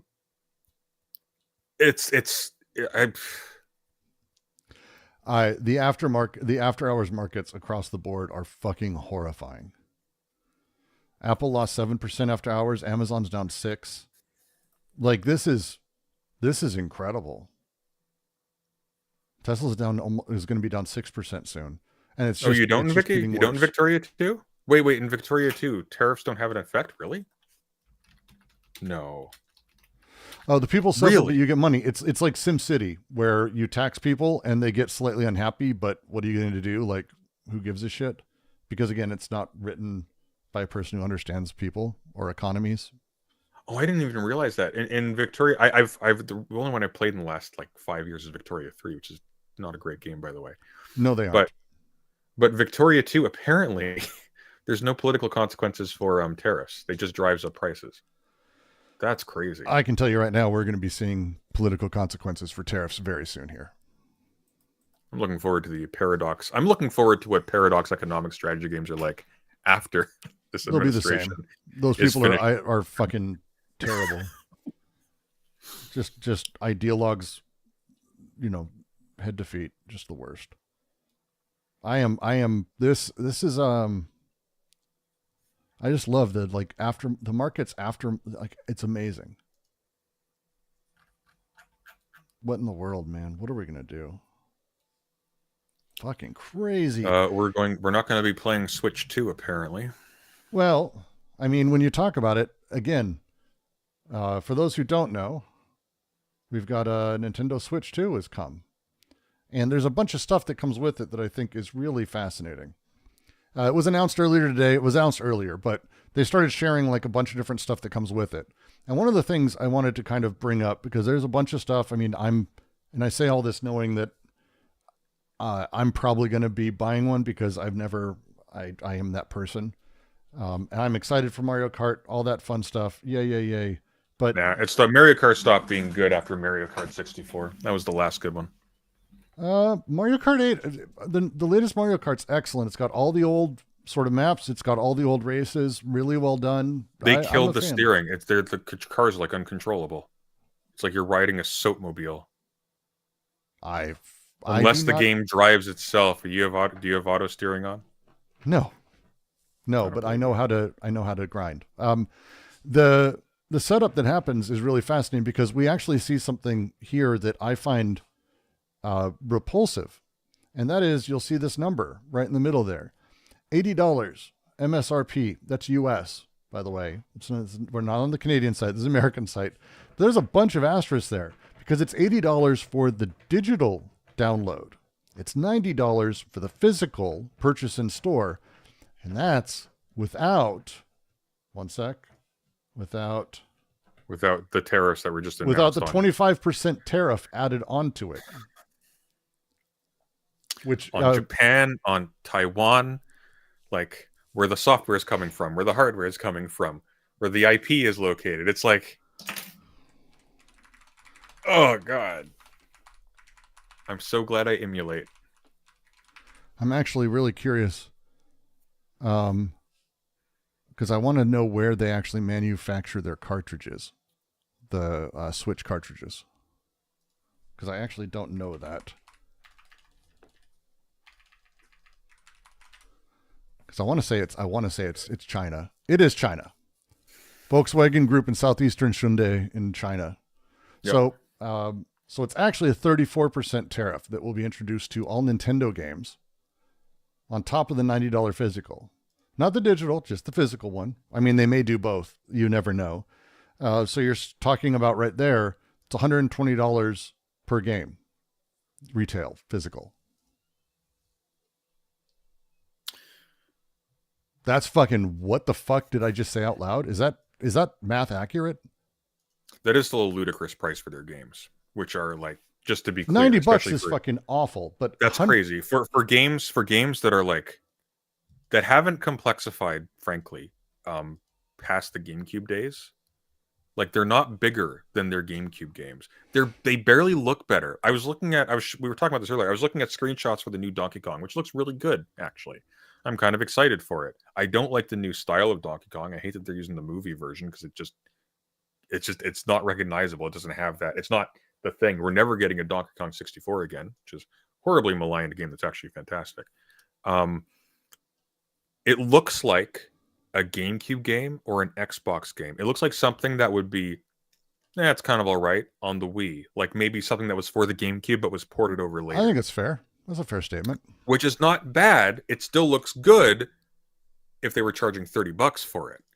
But there are indie games now that they are charging $30 for that look better now than AAA Switch games. And it's not because, it's not like, not to be like a snob about it or anything, but like, if you're going to charge like more than a day's wages for a video game, it should be more graphically impressive. Or at least larger. People have talked for a long time about how GTA 6, their talks of it being a $100 game. And given what the world understands, what people understand GTA 6 to be, kind of makes more sense because it is an incredibly vast concept and what they're doing is huge. But when you're talking about like Donkey Kong Bonanza, which is kind of, it's a step below like most other open world games. It's kind of depressing that this is what they're saying. Oh, this is the thing. Yeah, this is our $90 or again, $120 some physical game if the tariffs, because Nintendo's not going to eat fucking $30. No. Like, and it doesn't look great, to be honest. It's like, I think the coolest part about it is it seems to have dynamic like terrain. Voxels. Which is stuff That's just voxels. Which is stuff they played around with in Mario Odyssey, which was also another like horribly overpriced game that was just not very well constructed. I like Odyssey. Odyssey was fine. I enjoyed it. The problem though is that they would have like, they'd advertise, look at all these hats and abilities you can have, and you'd enter the game and you'd use it, and it was to open a single door and you'd never use it again. So it's like they've devoted so many resources to making a game with a whole bunch of tools that they never give you the opportunity to use and to be explorative with, and it's frustrating. It is. Well, it's when you look at like the N64 is where their design philosophy switched to the modern, where it's very, I love the design philosophy. They build the playground first. Miyamoto talks at length about it, where what they do is they build like movements, and they started with like a rabbit that people chased around. That ended up going into the game because they were able to make the movement fun for the rabbit. That was how they started. It needed to be fun to chase a rabbit. So that became a thing. And they did that with a bunch of stuff, sliding, jumping, climbing, all the different little bits needed to be perfect. And the frustration becomes that now they have so many things that they include that they're one shots or one offs. Hey, like, Brooks, yeah, we're gonna take a quick short detour. Okay, I want you to look at this. Oh yeah, I real quick. The link Titan sent. Yeah. Yeah. Can we do that quickly? Yeah. Sorry, I clicked the wrong one. Boop, boop, boop, boop, boop. It is funny. Speaking of tariffs.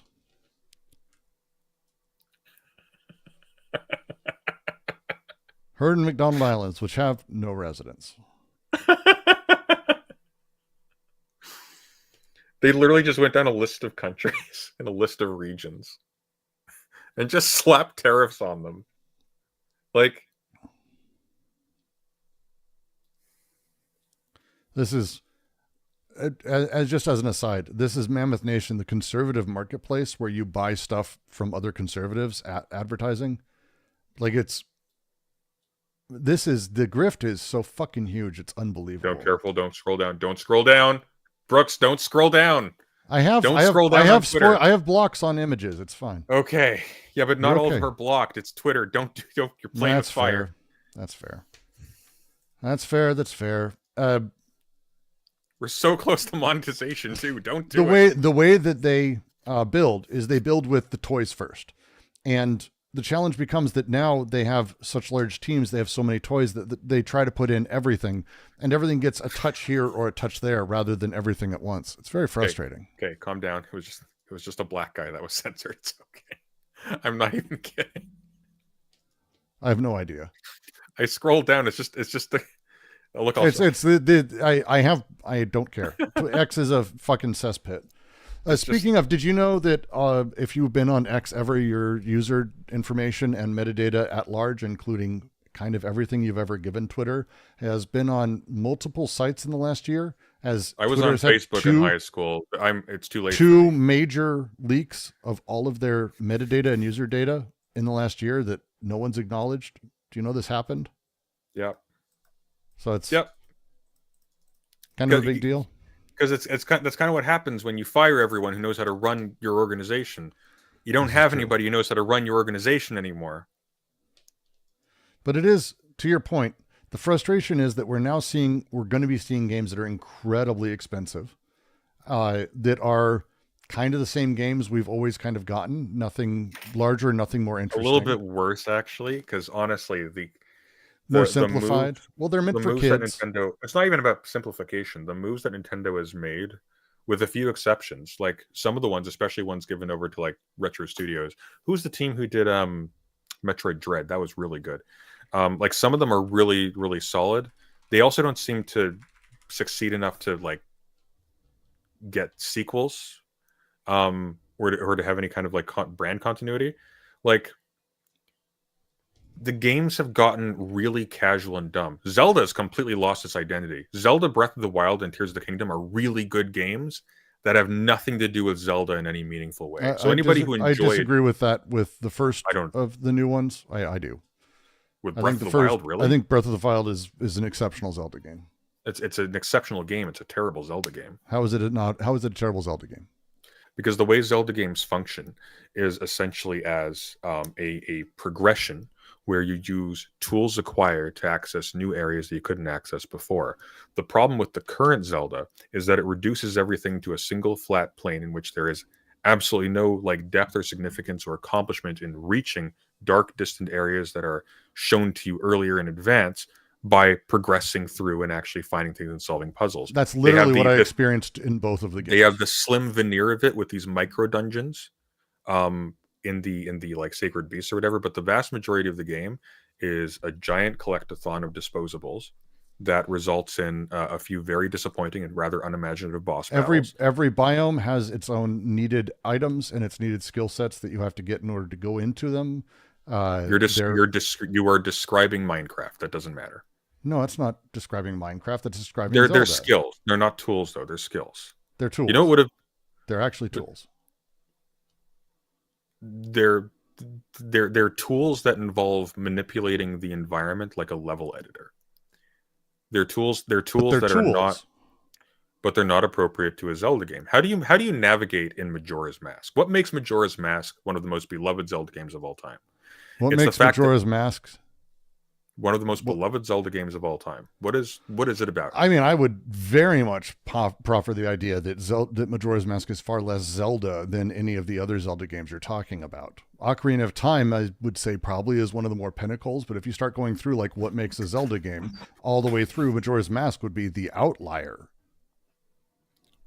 No, very much not so. So one of the reasons why Majora's Mask did so well was it took the parts of Ocarina of Time that people liked a lot, namely the complicated, fun, hidden little interactions in the environment between all of these different things that give rise to like these more like elaborate like secrets and like acquirements that you can get. Mm-hmm. Like it's interesting to explore that world because getting somewhere is difficult. It's not simply open to you from the beginning, and it's not the end of the trail isn't cheap. The end of the trail in Breath of the Wild is cheap. It's filled with like little encampments and little caves that all end up with, here's another disposable item that does exactly the same thing as every other one.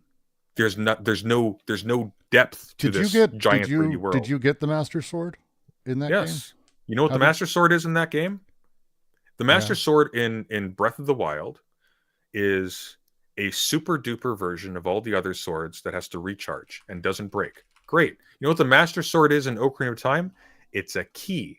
It opens up an entire new second level of the game. Its function primarily is A, aesthetic, but B, it is a part of the actual progression of the world. It's a roadblock.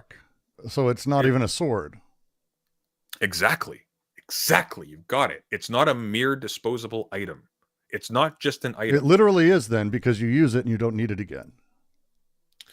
It's a one-use disposable item, literally, then at that point. No, but it's not a one-use disposable item. Is an item that you use and then disappears permanently. Yeah, but you have no need for it after that, do you? The Master Sword as an entity. Beg your pardon? You don't have a need for it after that, do you? Well, you don't have a need for any of it. It's digital and not real. But the item in I'm talking about in-game world, like it's a key that unlocks the item thing. in the game. You're blocked until you get the Master Sword. It's incredibly artificial as a thing. But the problem is that the way you're reducing it means that literally every single video game is exactly the same, and style and genre no longer have any depth or value. No, I'm just trying to understand the difference between that and tool sets and the way that those abilities are more sort of because Zelda only works. Because Zelda only works when you have linear progression with depth, not simply flat openness where the ending is at the exact same level as the beginning. So you can have multiple, you can have like splintering and complicated and multifarious linear progressions that lead somewhere. Breath of the Wild doesn't have that by design. Breath of the Wild has, you can do everything at once with the tools at the very beginning, but the solution is always the same. Get yourself on a platform, hit a thing. It's very boring. I found it very boring. Quite the opposite for me. For me, it's the fact that it's available from the beginning to do whatever you want. People can and have charged right in and taken on Ganon immediately. It's kind of hilarious. Or you can take your time and you can put yourself in a better position if you're not quite that skilled and you can explore the world. That seems that's a wonderful design methodology. Oh, that's a wonderful design if exploring the world yields anything. But you know what you find when you explore the world, Brooke? You know what you find when you explore the world?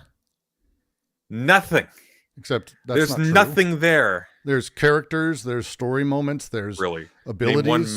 Name one memorable character from Breath of the Wild. I mean, I think Breath of the Wild where I had to dress up as a No, I didn't ask you. I didn't ask you what part of the game you masturbated to. What character? Name one memorable character from Breath of the Wild. Tears of the Kingdom is better. Tears of the Kingdom has memorable characters, but Breath of the Wild, name one. It's not even about characters, though. Like, that's not what I'm saying is exploring and learning about characters. It's the different spaces, the different clans, how they interact, the different stuff as you explore. I found it super fun and wonderful. Tears is better. You were just really taken by the complicated geopolitics of Breath of the Wild. It's not a complicated game. It's a children's game. I'm not looking for it for complexity. I'm looking for it for being an adventure game. Majora's Mask. The first Zelda game. The first Zelda game. was on the NES. Yes, and that's a Zelda game, I think. And it's an open world without guided things where you go wherever you go and you can do whatever you want to do. And I thought that was a great way to bring that back.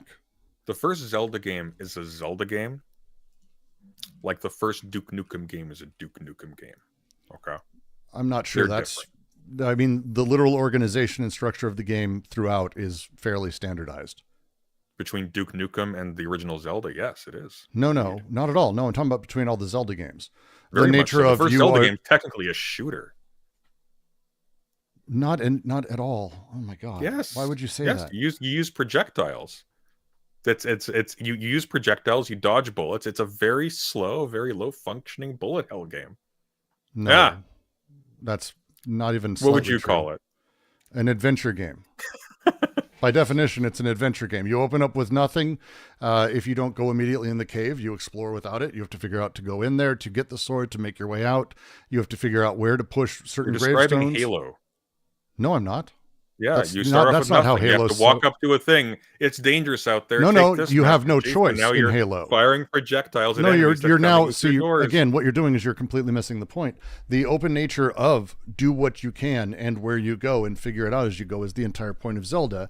With you can do what you can in you can do what you can in every game, bro. That's not true. It just happens to be the case that in Zelda 1, all you can do That's is just shoot not the true. bats. That's just literally not true. How they're designed and scripted from the beginning. Tautologically true. That's why I'm saying it as a joke. It's not true. That's the problem. It's not tautologically true is what false. you can do. Are you kidding me? Like, okay, I honestly don't know if you're just fucking with me because you think Say it's that funny. back to me again. Say the thing you're reacting to back to me. What did I say that you disagree with? The idea that Zelda and Halo, the first Zelda and really any game, the idea of I can do whatever I want to do and I have to figure things out rather than have a linear direction foisted in front of me is very much what made Zelda the unique thing of the time. And this is true of a lot of games which pushed in front of you only X number of options or a very, very specific linear sort of line. And when you have that open-ended thing, which is kind of really important to the Zelda franchise all the way from the beginning. It's always been the case that there's a open, do whatever you want, and then you go in a dungeon. Even Zelda 2 did this. The whole point of these games is sort of layering on the exploration and not really knowing what to do. The simplicity of it when you get into things like, some of the Game Boy games. Here's the problem, though. Access to the dungeons is still restricted to a very specific linear set of events, which completely undermines this. So literally all that has happened is, once again, you have sacrificed on the altar of this expansive open world is the actual complex relationship between the dungeons, their depth, and place. Instead, what you have are, here's a room that floats up in the air after you do this complicated little violent mini thing where you fight these little monsters and you escort a creature, and that's basically it. And it's the same thing 4 times over, and it doesn't go anywhere. And one of the worst parts about it is that the artistic design of that game is so cowardly that they made it so that it's devoid of all the emotional depth and range of previous Zelda games, which I don't mean RPG emotional depth. It is a children's game, as you say. But for example, you will never find in Breath of the Wild, say, anything like the experience you get playing in a canyon, anything like the experience you get I disagree. Forest Tears of the Temple, Kingdom. I any think of the Tears of the experience you Kingdom get in, should be Hyrule discussed Castle there. as an adult. Like, it's just gone. Tears of the Kingdom, actually. Tears of the Kingdom does that a lot better, but it's also a different game. We're talking about Breath of the Wild right now. I mean, you did group them together a moment ago, but sure. Well, I did, because structurally, I don't think they have anything in common with Zelda games at this point. Like, I think they're completely different genre. They have more in common with Minecraft. Dark Souls is a more faithful reproduction of a Zelda game at this point compared to Breath of the Wild. Elden Ring, I would even say. Why? Because there is actually like some level of depth. Both of those games, you can literally just bypass everything and there are no dungeons, and it's more in line with Breath of the Wild. There are dungeons in Elden Ring. What are you talking about? They're not necessary. Kind of necessary, actually. There are necessary dungeons. You mean irrelevant procedurally generated side dungeons? There's lots of those, yeah. No, I mean, as far as I'm aware, you can skip a great deal of things in Elden Ring and in Dark Souls. That's the entire point, is that it's kind of more open-ended. Well, so, no, the point isn't that you can skip things. The reason why they add the open world is to give the fake impression of expansiveness, when expansiveness in a Zelda game should be This overworld that you use to traverse and get things is fuller. It has more things in it, and it's actually wider, representing an actual place. Instead, the overworld of Breath of the Wild and even Tears of the Kingdom, again, is devoid of these things. It is at the expense of that depth. It's not more dungeons that are as big. It's less dungeons that are smaller to make room for the overworld.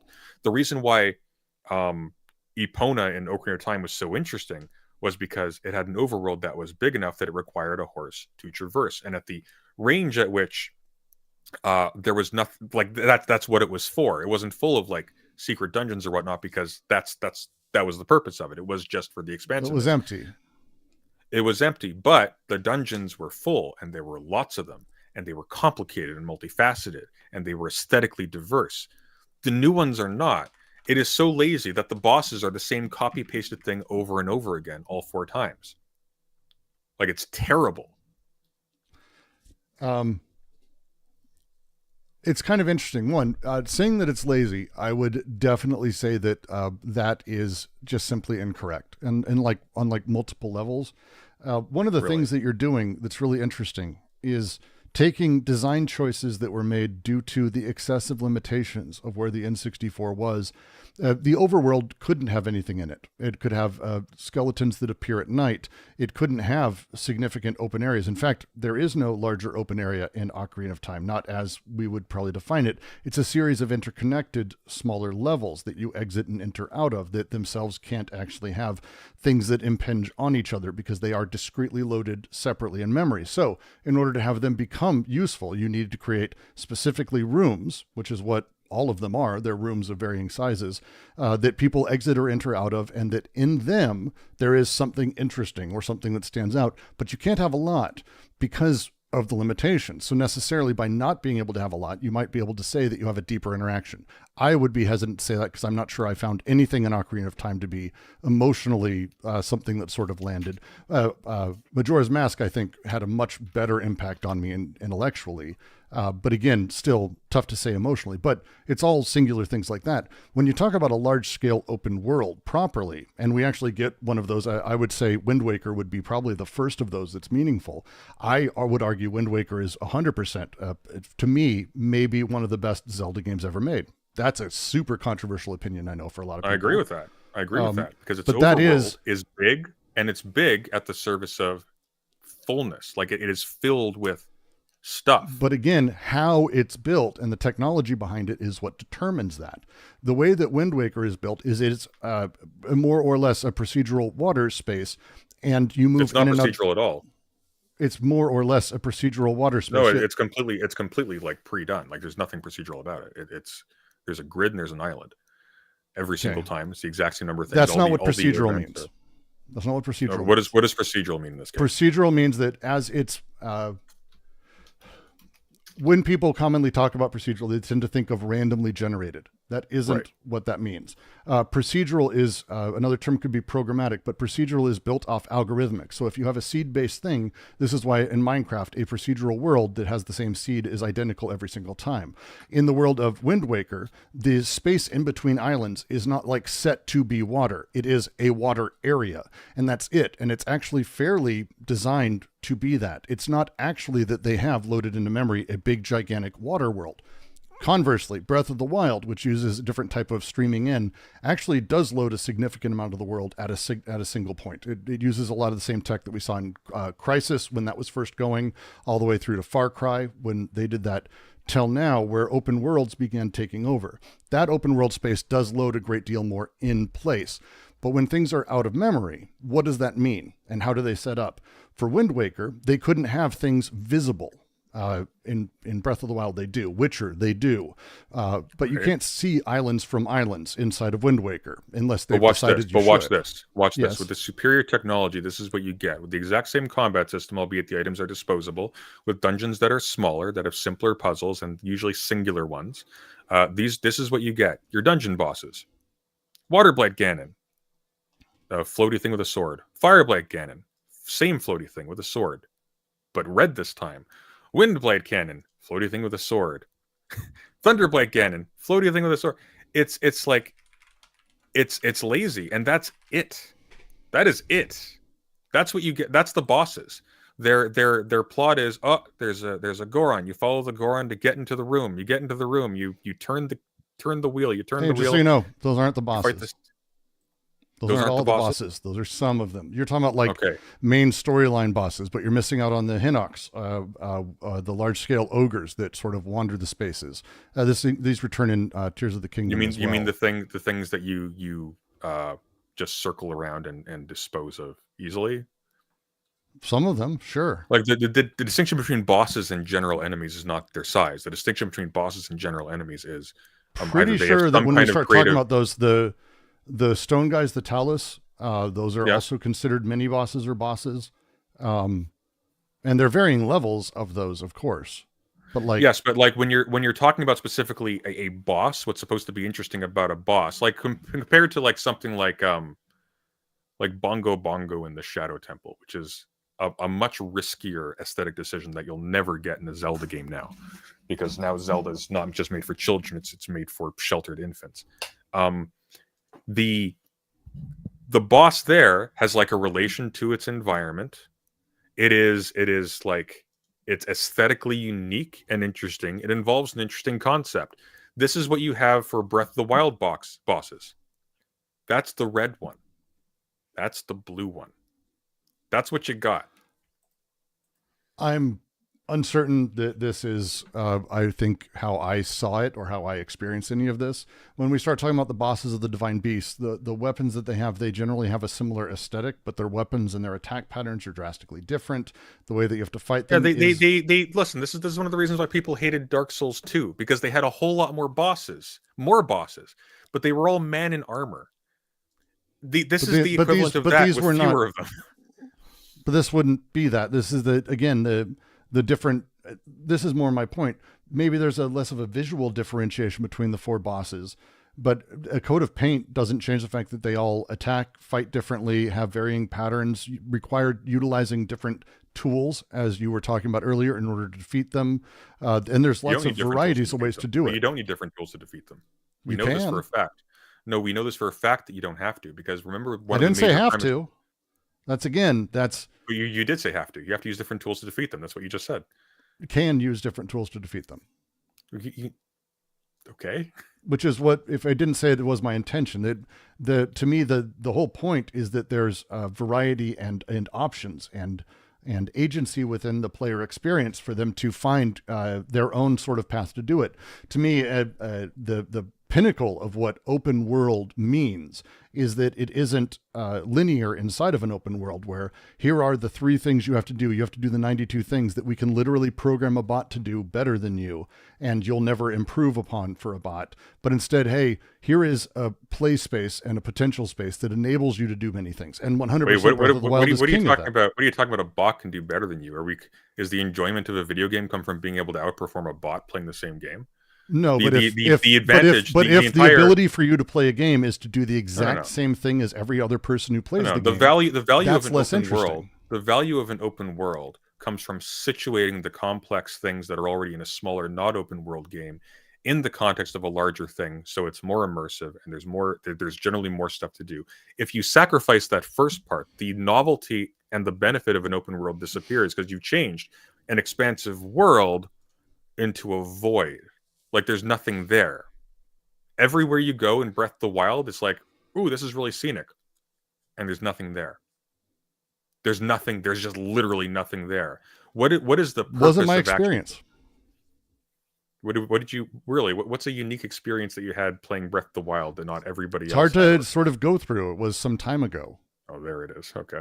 I mean, it's not there. It is. I'm not trying to win this argument that way. I know you're playing debate play, but this is, I'm actually talking through like how I experienced it. I found it interesting. There was always something else to find. There were enemies to fight. I found the way they were arranged, how I could attack them, varying as they went. Now, granted, all of this in Tears of the Kingdom was sort of multiplied when you could do absolutely insane, stupid contraptions on top of everything, and you could have a lot of fun in that. And plus the entirety of the dark underworld that you sort of had to sort of traverse in the same way, however you could. And the creativity of that I found incredibly rewarding, like amazing. Weren't there less than like about 10 enemies in Breath of the Wild? Less than 10 enemies in Breath of the Wild? It was something tiny. There weren't a lot. It was like, yeah, so the enemies, Bokoblins, Moblins, Lizalfos, they're all basically the same enemy, by the way. Stal, Curse, Choo-Choo, Keese, Octoroks, Wizrobes, Peblets, Lionel, Guardians, Yiga. There's like nothing. And the Guardians shouldn't really count because they're like... There's something else. They're also all the same, but...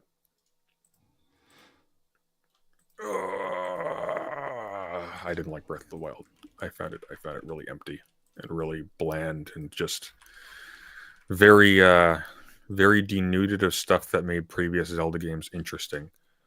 Twilight Princess, it was interesting because you had a world that was to scale with previous Zeldas in depth, and you had the same like number of items that you could do things with and like do interesting things with and traverse in 3 dimensions. With the new one, it's just like dimensions just don't matter, and that's the surrogate for freedom. It's I don't completely like different style of game when you're talking about it like that. Completely different style. Exactly. So what was my when you're talking about it like that? But again, was that you're not getting Zelda games anymore. But this is not the Zelda-ness of the game. This is the challenge for me. Is I don't see it as that. It's a 3D Zelda, which is not. It's a 3D Zelda, which is not continuous with the original 2-dimensional Zelda, which has mechanics that are again basically identical to modern top-down shooters. And its freedom, quote unquote, is literally just in a space that's tiny, tiny, tiny. You have the freedom to do it's just 4 not, identical That's tasks. not what Zelda is at all. That's not what the original Zelda is at all.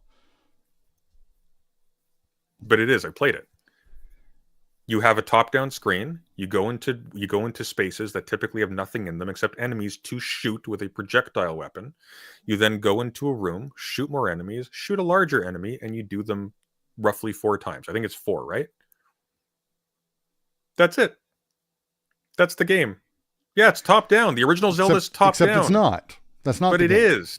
It's top down. No, it's an oversimplified version of a mechanics from the position of someone who charged their way through it. It's not really what made the original Zelda the thing that it is. Again, this is stuff where you're talking about like what makes the game. When you're starting to talk about the difference in enemies, the number of enemies inside of, Breath of the Wild had only so many, like 30 to 40 types, which I think is more than Ocarina of Time, but they're less variant. That's probably true, because one of the things that is the bonus, and this is the thing that, again, the way that these games are made, when you have the ability to actually have a room where you know these creatures will never interact with anyone else because they can't leave the fucking room, and where you have a very particular mechanic that they're only going to ever have in that room, you can have a person trained to kill a Skulltala in a particular way, for example.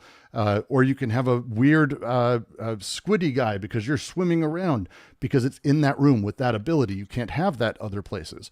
In the world where you actually have these things and they can get dragged and you can have them interact and there's all kinds of weird shit that happens, you have to be a lot more careful about what gets populated and how it gets populated. You can't design in an open-ended one-off way because there is just no one-offs. The game doesn't. You're saying that Zelda 1 wasn't isometric. Zelda 1 wasn't isometric. Zelda 1 was they didn't do isometric in most games then. Zelda 1 was top down. It was top down with Sood 3D. Yeah. With some of the no, it didn't have Sood 3D. Like what do you mean? The walls bending outwards. Like But isometric's at an angle specifically. I didn't say isometric. Like the bend. No, somebody in chat did. No, it's not isometric. Isometric was like Crystal Castles was isometric. That kind of game. Not familiar.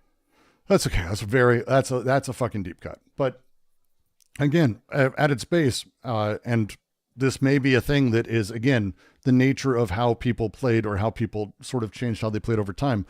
The first time anyone played Zelda, first couple of years, no one knew what to do. No one knew where to go. You literally So what you're talking about again is you're talking about a game that can basically be played on an old watch. What I'm talking about specifically I'm talking about the game mechanics of it. I'm talking about the game mechanics of a game whose pedigree is not the original Zelda, which again mechanically is so simple. Zelda 2 was the same way.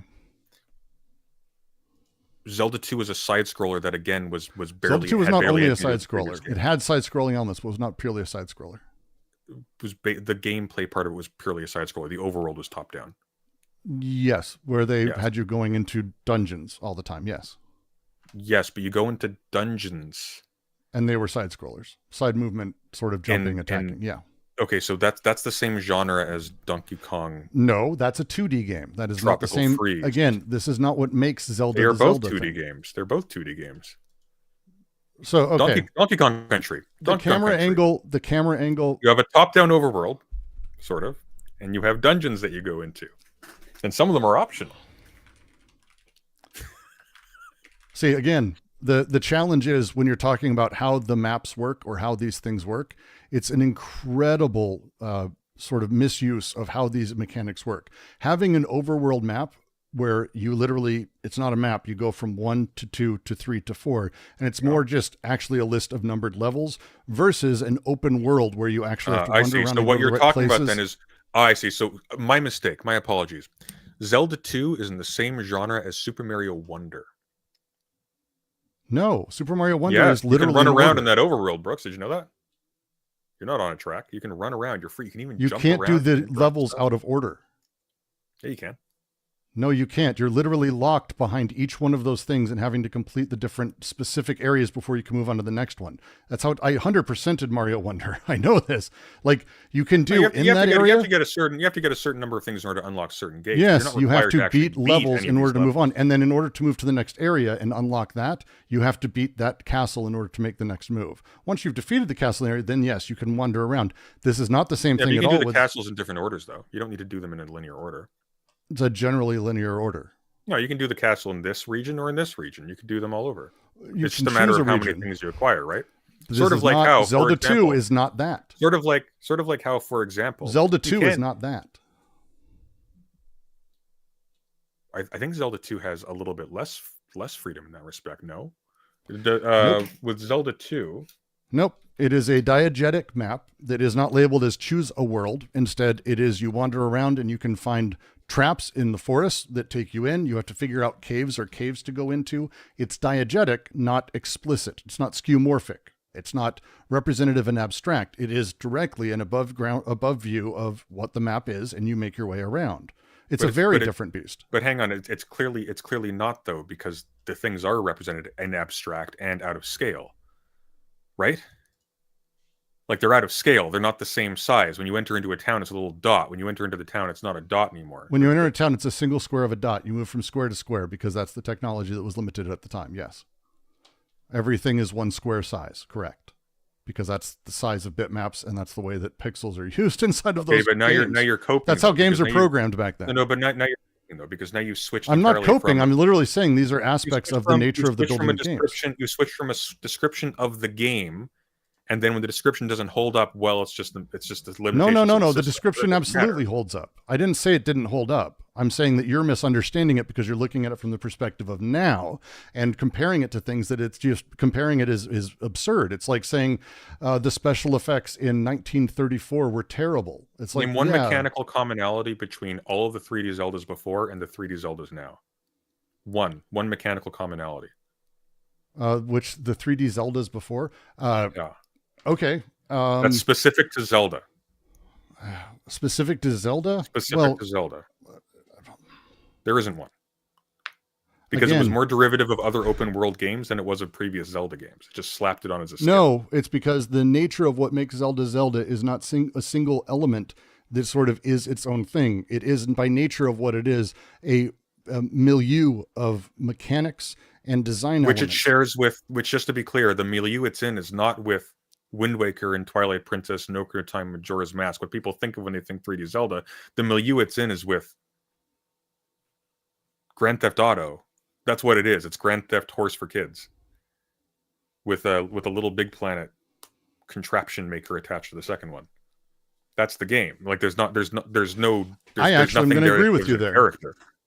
I'm going to agree with you there. I'm going to agree with you there. Because that's what Grand Theft Auto is at its core too, is an adventure game. And the first one was as well. First two Grand Theft Autos were top down, literally in the same way Zelda was with that open world setup. When I think of an adventure game, I think of a game that has an adventure component as a part of the actual gameplay experience. I.e., there is a destination, it's either known or obscure, that you then have to take steps to get to, and it is an accomplishment to get there. And a part of the enjoyment is that you have done necessary things that you had to discover to get there. The problem with a sandbox game, and one of the reasons why they end up being very boring in a particular kind of way that they are known for, is that that element is completely gone. And so while you have the superficial veneer of quote-unquote a vast expanse of places to go, you get there and you find out that there's nowhere because the only thing the developers could find the time or the resources to fit in was the expansive space and not the actual stuff that gives it any significance. All right. See, for me, it's the nature of the mechanics when you start putting it across. We start with dungeons themselves require puzzle solving, very particularly, often with lighting of torches or figuring out how to light torches in particular order, which is in almost every single Zelda. With that, you have tools that unlock new areas, which is in every Zelda, whether or not you specifically call them tools or not, items or outfits or skills that require you to do things Metroidvania style is part and parcel. It's a mechanic. No, not Metroidvania. Not Metroidvania. That's tricky. That's tricky because with Metroidvania, it's very particular. Metroidvania isn't just you use items that you acquire somewhere to traverse items, spaces that you couldn't elsewhere. Very particularly, that is the whole game, is that back and forth movement. With Zelda games in particular, it is an adventure game. I said like those games. I didn't say it is a Metroidvania. I said no. Like yeah. Sure. Yeah. Item-based progression. Dungeons that are their own sort of thing or smaller encapsulated things, followed by boss battles, a heart system and mechanics behind that where you collect pieces in order to grow heart. You gain rupees and money as but those currency. aren't specific to Zelda. Those are aesthetics. These are all none of these are particular to Zelda. That's the point. But the constellation of them is when you have sword combat, Z targeting included. You've hit the nail on the head. I agree 100%. So the constellation of these things is what makes it Zelda. Unfortunately, what's happened is that the major all of those things components are in that Breath of the Wild and the Tears of major the Kingdom. No, they aren't, because the dungeons have little to no distinction between them. They are not well integrated. They are not well integrated into their locations. I disagree with that. They have no unique story significance whatsoever. They're just there to be there. And I think Tears of the Kingdom did it better. I could probably see that, like some of the Tears of the Kingdom did something Breath... completely different. Tears of the Kingdom overlaid a somewhat like loose, basic RPG thing over that framework, and it's a better game. But I still don't think it's a Zelda game as such. It just has that branding on it. Like it could have been literally anything else. It would have actually made a really good that format would have been really good for and would have been amazing. The entire time I was playing Breath of the Wild, I was thinking, wow, with these mechanics and this approach, this could have been the best Metroid game ever. It would have been. Oh no, Metroid Prime is the best Metroid game ever. Metroid Prime has aged terribly. I loved Metroid Prime as a kid. It has aged terribly. Metroid Prime is cutscene the simulator. Okay. Metroid Prime is still wonderful. Metroid Prime 3 is amazing. I can't wait for the 4th. Easily the best of the series, without Metroid Dread is actually where peak Metroid is at. Go back and play Metroid. I tried it. I tried playing it again because I love. No, I recently rebeat it. I bought the rehashed that came out. Okay, so this is your experience when you first opened up Metroid Prime 2. By the way, okay, you get out of your ship, you walk to a door, you turn your scan visor, you scan a thing, a cutscene starts, the door opens. You go through the door. There's a button. You hit the button, a cutscene starts, a door opens. You go to the door. Cutscene starts, a door opens. That's the game. That is actually the game. Again, the presumption here is that I don't like this.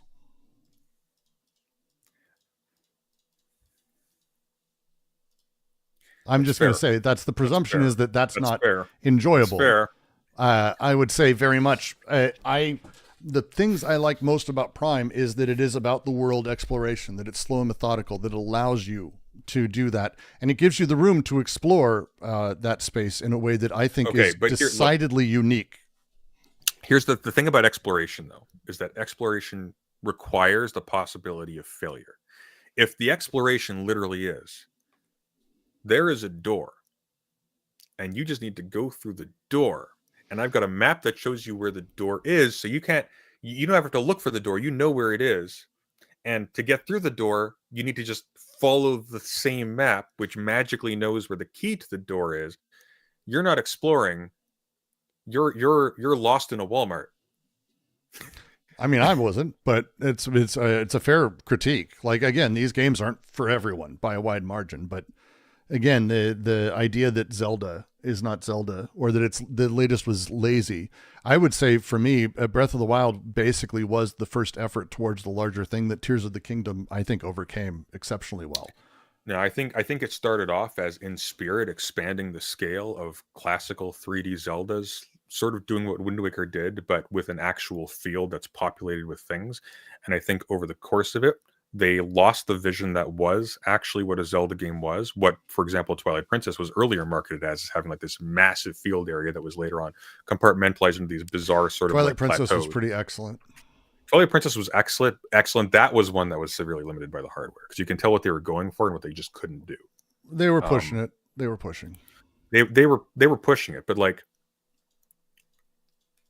even there, the emphasis on narrative, on the significance of place, and on a linear structure in a broader world that allows freedom within a certain range so that the movements that you make have significance. That's the critical part of a Zelda game as opposed to just an open world sandbox game. And the problem I have with Breath of the Wild is that it forewent all of that in favor of competing with Red Dead Redemption. I think that was a mistake because the distinctiveness of a Zelda game was lost in the process. It really is just a very well-polished version of every other open world game there with all the same mechanics, albeit actually less well-polished. The just on a mechanical level, the constant need to go through this obnoxious menu was a terrible design choice. Like, it was awful. The need to, in order to artificially inflate the significance of items by making every single thing less durable than a disposable wooden piece of cutlery from a supermarket, that was terrible design. Like, it made the game annoying. The Master Sword, you know what the Master Sword added to Breath of the Wild and Tears of the Kingdom was, this is a weapon that is less annoying to I'm exist. fascinated. I'm always fascinated by this because you do know that Breath of the Wild is consistently, like, especially by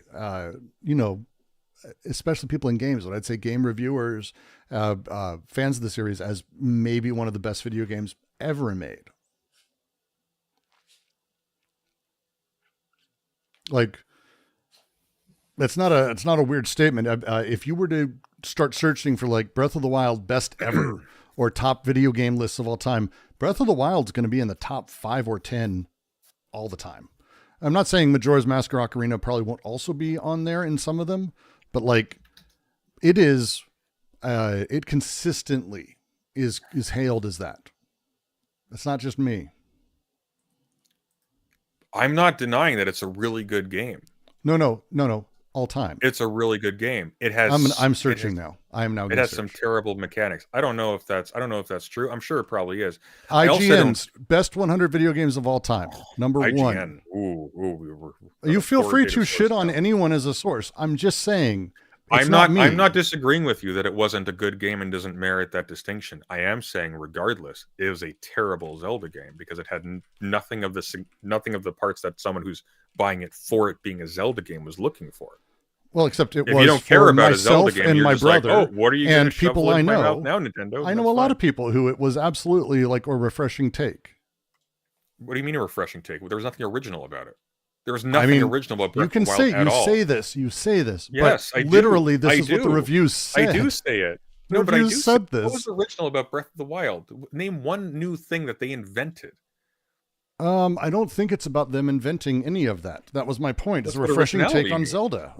It's great. But if they made it into a Twitch shooter, that would be quote unquote refreshing to some people. That doesn't mean it's barely a take on Zelda.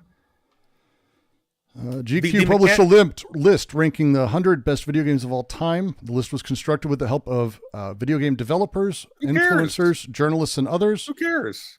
Who cares? That literally, the argument at hand. That whether or not it's a good Zelda game has nothing to do with whether or not it's the best game ever made. You've That's actually like been saying, saying that's how like it's saying, not, look. You've been saying how it's lazy and not good. That's literally what I'm arguing against.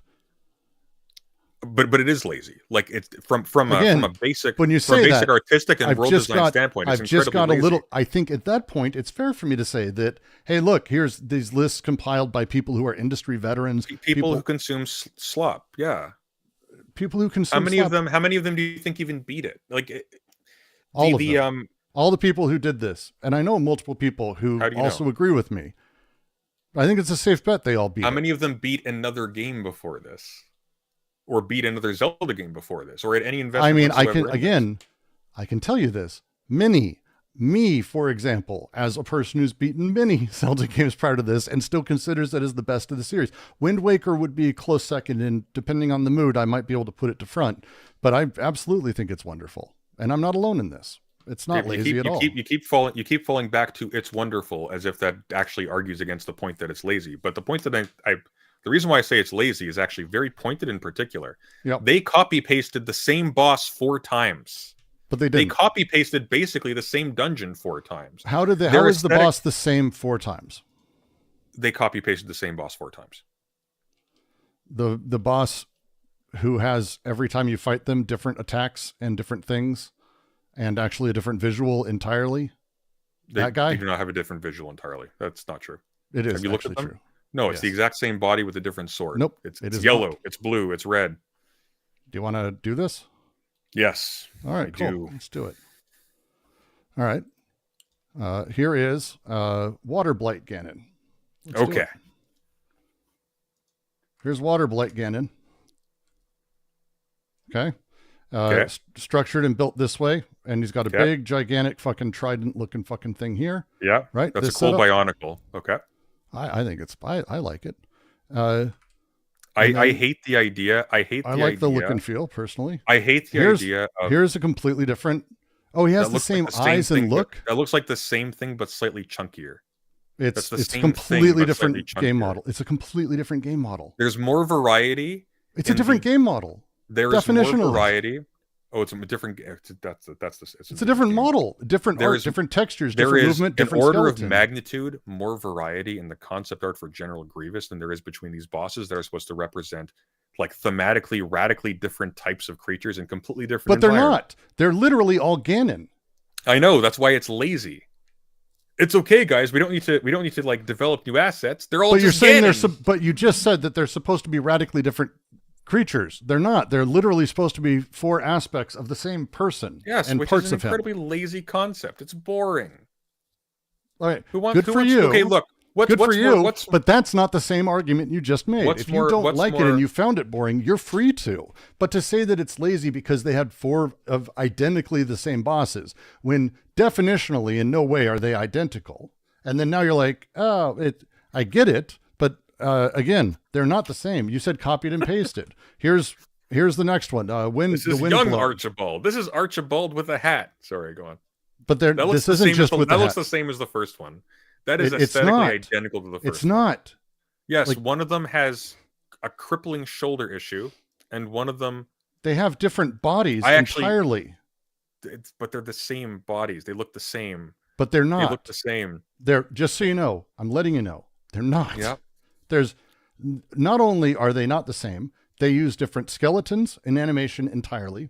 Okay. They have probably different shaders that are powering the hair in various different ways because they all have different sort of effects on that. The way that they move, their attacks, how they react, the area they're in, all of this is different.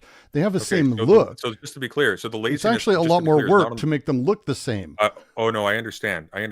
None of which work, by the way, is done by the concept designer who literally just drew... This has the same level of variety that the ghost uncles do in Casper the Friendly Ghost. There's the fat one, there's the skinny one, there's the tall one. That's literally it. That one's got a bathrobe. I like that one. It's that one's okay. Thunderblight. That one's okay. If that one wasn't Thunderblight Ganon, I'd be impressed. But so okay, versus in Ocarina of Time, the wonderful difference in giant eye, giant eye, giant eye. Like, come on. Like, the bosses in Ocarina of Time have identical levels of difference. Giant eye accounts for 2. Okay, only 2. All right, so 2. Okay. But here's the crucial point. 2. How do you defeat them? Oh, you use your shield 9. to bounce things back. 2 out of 9. 2 out of 9. Yeah, 2 out of 9. And then there are mini bosses, and they aren't. Oh, there's a big honking guy that you shoot with bombs in the overworld, and it's the same. There's like 3 variants of them, but they're all the same. You got Dark Link, you got Dead Hand, you got the Gerudo Thieves, you got Iron Knuckles, you got Flare Dancers, you got Lizalfos, like they all operate radically differently. They're mechanically more interesting. All of these are operate radically differently and are mechanically very different. much so. All four of these guys in Breath of the Wild. Tools. They operate as puzzles. You have to use very specific tools in order to solve the enemies. In this one, literally every single weapon is just shoot a bomb with an arrow on it, or an arrow with a bomb on it. You can. You can. But that's all you do is the same thing for every single thing. Like they're the same. They're all the same. Just so you know, there are better ways to beat all of them than what you just described. Okay. But like again, the way that they sort of work and how they interplay, there's variety and the ability to take them all on differently. I just find that design incredibly boring. It looks like something out of an MMO. Like it's lame. I liked it. It looks like a Bionicle. Like, but without the characteristics. I don't have a background in Bionicle, so it doesn't hit that for me. I kind of like it. I mean, like, just to be clear, when I say Bionicle, I don't mean Bionicle. I mean reboot Bionicle. Where I don't even know what that means. Reboot. The new Bionicle is like they were more action figure, less Technic, and none of the tribal aesthetic, and they're just awful. Do you need to understand that this is landing on beyond deaf ears at this point? That one I don't have any fucking reference for. Is this Lego Bionicles you're talking about? I'm guessing, right? I am assuming that. Yes. Okay. It was significantly after my time, you'd say. But the variety in ways that there is to beat this guy, to just get through, sure. But Zelda has never been about just getting through. As much as it is a shooter in the first Zelda that is top down. Okay, what else is there to do besides just getting through in Breath of the Bows Wild? and arrows. There's arrows. There's reflecting back at people. There's the ability to use your shield to reflect back. There's dodging and sneaking around. There's a lot of options, actually. And it's, again, for the time, excessively massive amount of options. For now, incredibly minute, because it's, again, limited by the necessities of the hardware and how games were built. That's kind of how that goes hand in hand. Features than previous Zelda games. Like there's less you can do. Like there's genuinely less you can do. Like in Tears of the Kingdom, not so, because you can construct a lot of things to actually like increase mobility and so on and so forth. But like in Breath of the Wild, you don't have anything like a hook shot or a boomerang. You don't have iron boots. You can't even go underwater, really, can you? Like it's no. It's you don't. I don't think you swim in either one underwater. Not really. In Ocarina of Time, Majora's Mask, and in Twilight Princess, you absolutely did. Yes, but again, why?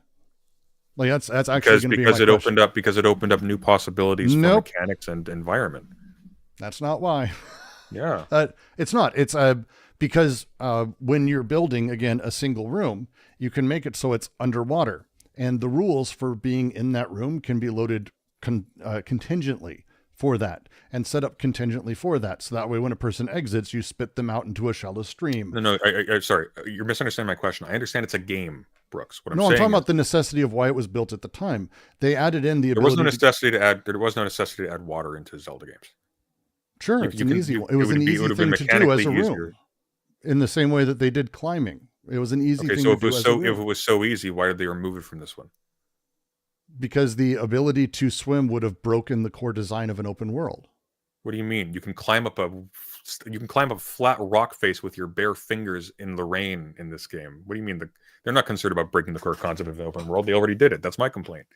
There's no reward and there's no challenge because everywhere is equally accessible because your character is Spider-Man.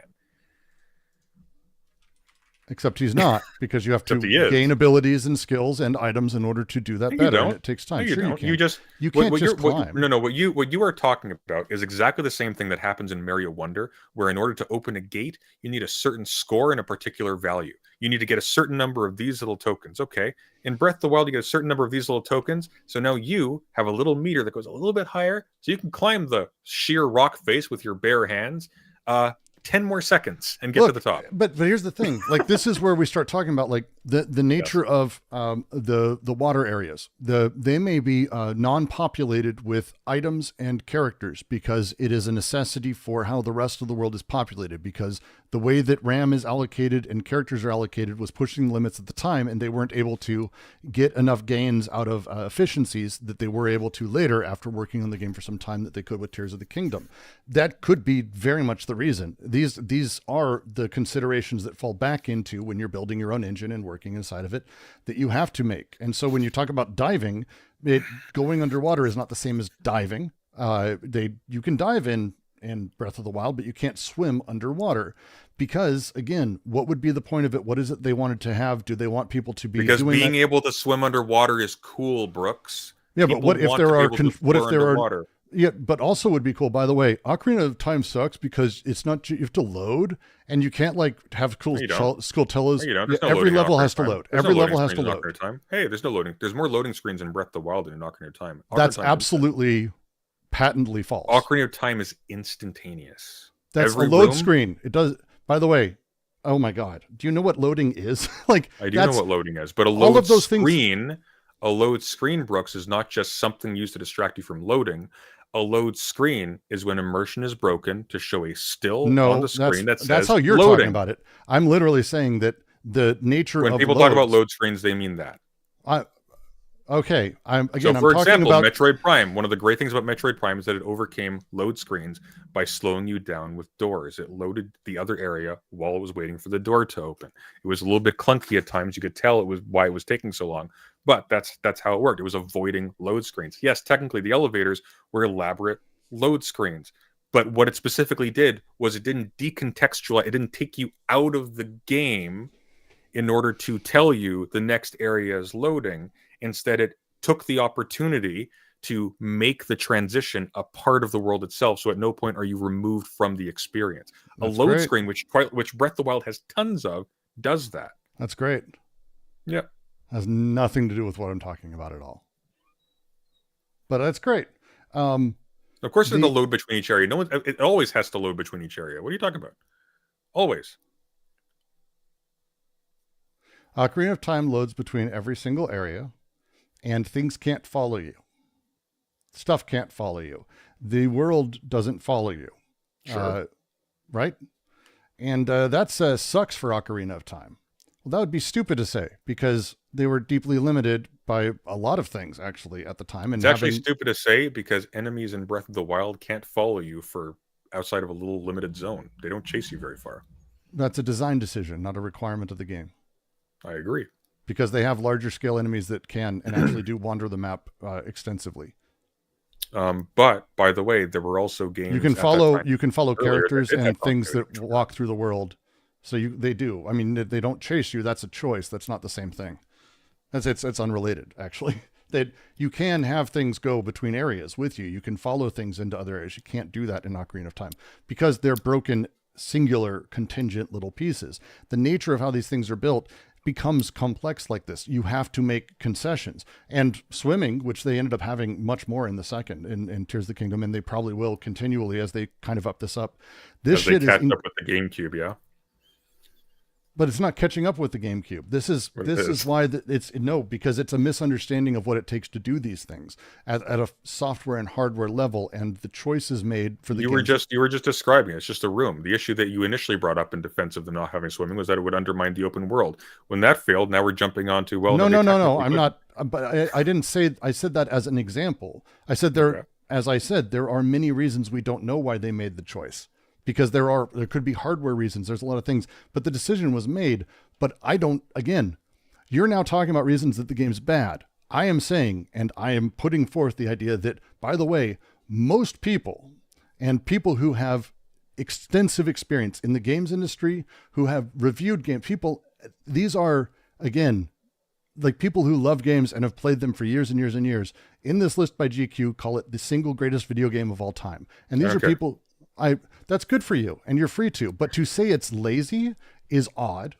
It dismisses. It is lazy. It's not lazy Look, at all. That's insulting to the developers behind it. It's an incredibly large amount of work that they had to put into building. The artistic decision to make all of your boss enemies and all of your dungeons the exact same thing. See, with you're slight presuming it variations was a is lazy. decision. You're just presuming it was a decision.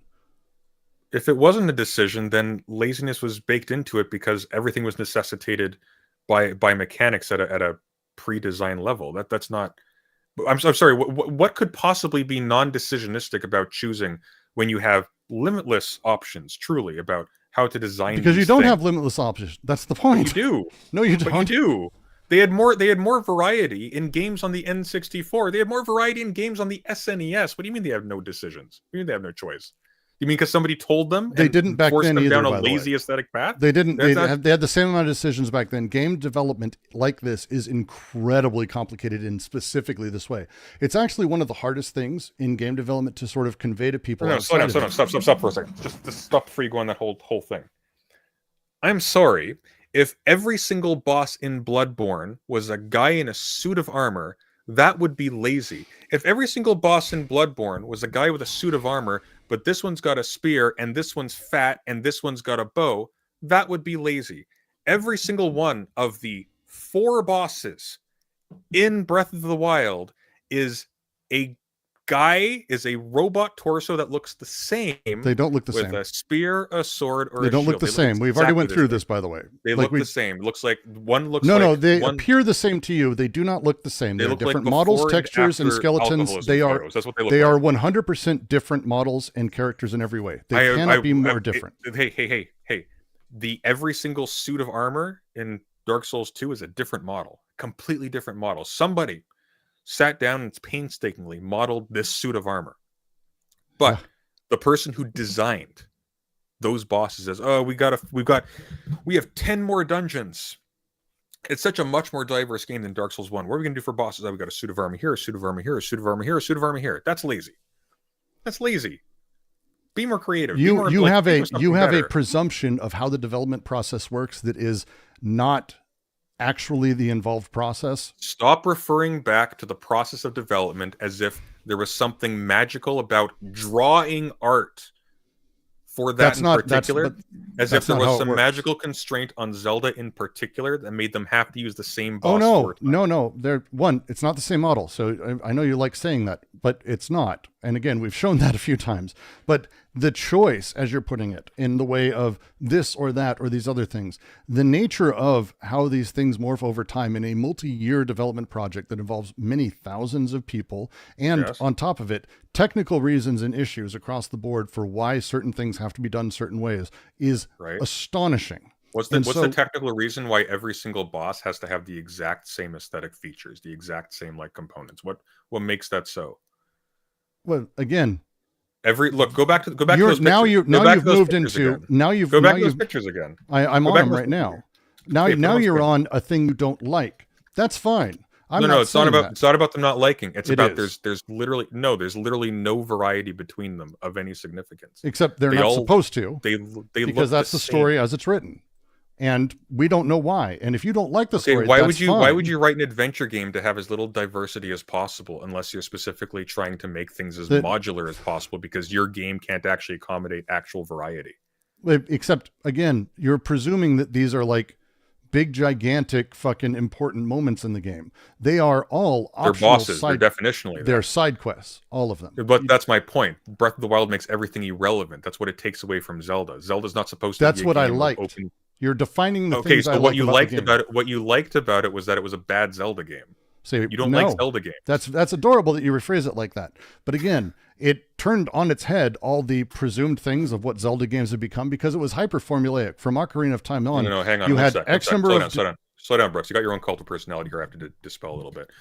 President Sunday said, "Be like read theory, then doesn't listen to Brooks reciting game design theory." The problem is you're not reciting game design theory. I am. The problem is that you're referring to authority over and over again, authority, and not actually. No, I actually was describing the process of how development works, and I got interrupted 3 times. I'm happy to do it again. Okay. Because when you start with an idea of a big game, let's say that we start with an idea of it's a big open world Zelda game. We're going to have all these enemies. And I bet if you go back through, you can see that there are a fuck ton of other created options, tons of bosses they thought through, concept art like you wouldn't believe. You end up with a playing field wide of concept art that you can pull from, and you start building. And what you build, you go, okay, so here's the thing. I want to actually make this a little bit more open-ended. With the N64, with Ocarina of Time, we showed what at the time was the golden standard at the time of what open world meant. I would argue, and I think you could. I think with Mario 64 and that, they basically cornered the market on what open world meant for that era.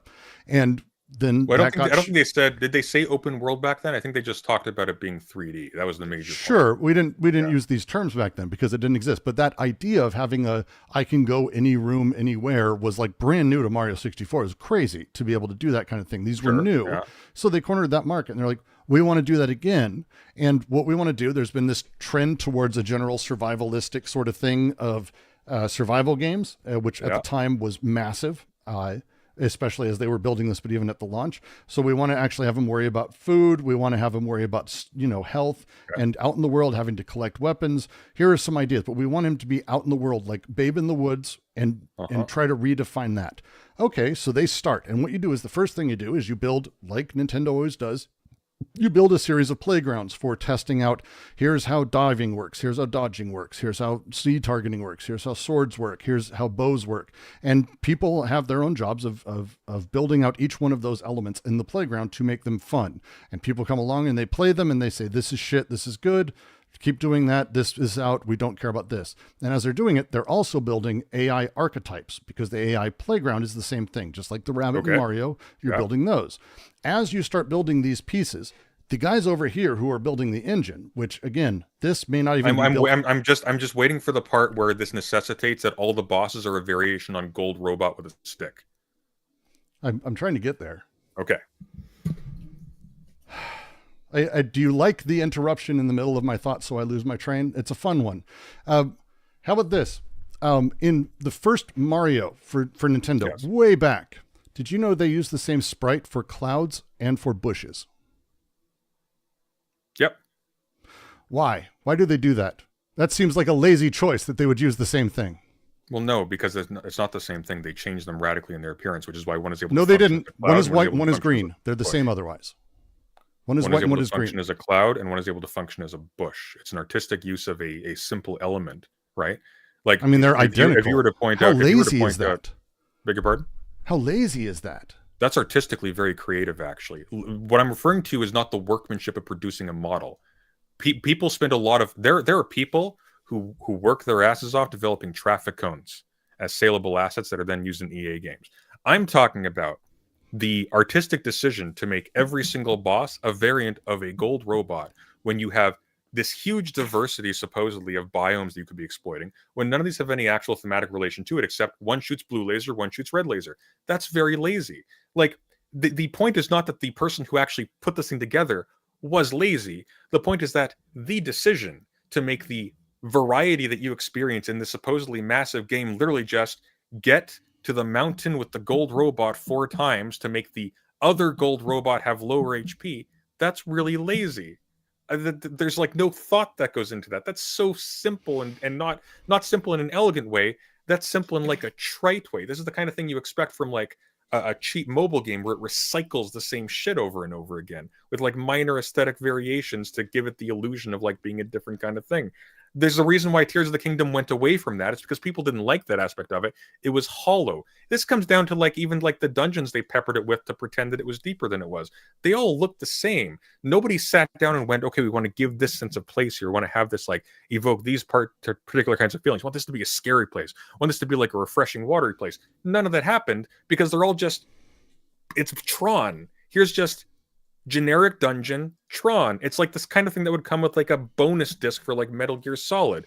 Here's the VR missions. Why? Because non-VR missions would take a lot of design time and thought, whereas here we can just focus on the mechanics, which is fine unless that's overtaking the stuff that Zelda fans are actually finding interesting in modern Zelda games in the first place, which is actually the significance of the progression, that you're progressing somewhere. But that doesn't happen in Breath of the Wild because everything has to be flat for the novelty of doing everything out of order. But doing everything out of order, frankly, when everything is the same, is really boring. It's lame. Except, it's lame. See, but now, again, yes, I understand this is your opinion. I'm not going to be able to dissuade you on this. We're going to not connect on this. But again, when you say that it is this thing, this declarative statement of a universal-esque truth, and not statement that it is your opinion or a factor. I didn't say it wasn't my opinion. And I've actually, by the way, I've You're saying repeated it is times, lazy. I have repeated multiple times that Breath of the Wild is a very good game and deserves its accolades. I have But not you said denied it's that. also lazy. The decision to And again, the decision to reduce the variety of encounters to red, blue, fat, thin is lazy. Of all the possibilities, those are the lamest ones to settle on. It's the most trite and basic and generic and obvious one to settle on. This is why like shit mobile games do it. This is why Diablo 2 does it when it has to recycle models for like the 100th level or whatever, because it's exhausted its range. But if it did that from the beginning, that'd be really lame. That'd be really lame. Okay. This does it from the beginning. It hasn't exhausted anything. It's not like, oh, we're in the end game now, and so now there's variants on the previous things. You're using variants at the beginning. Like here's a cool example. Ocarina of Time, an N64 game. Its boss is literally a water tentacle that manipulates water. Visually, that's real quick. I'm just looking at the copy and pasted yeah. bosses. Just real quick. I just want to look at the copy and pasted bosses. Okay. Okay. So Fireblade Ganon. Yeah.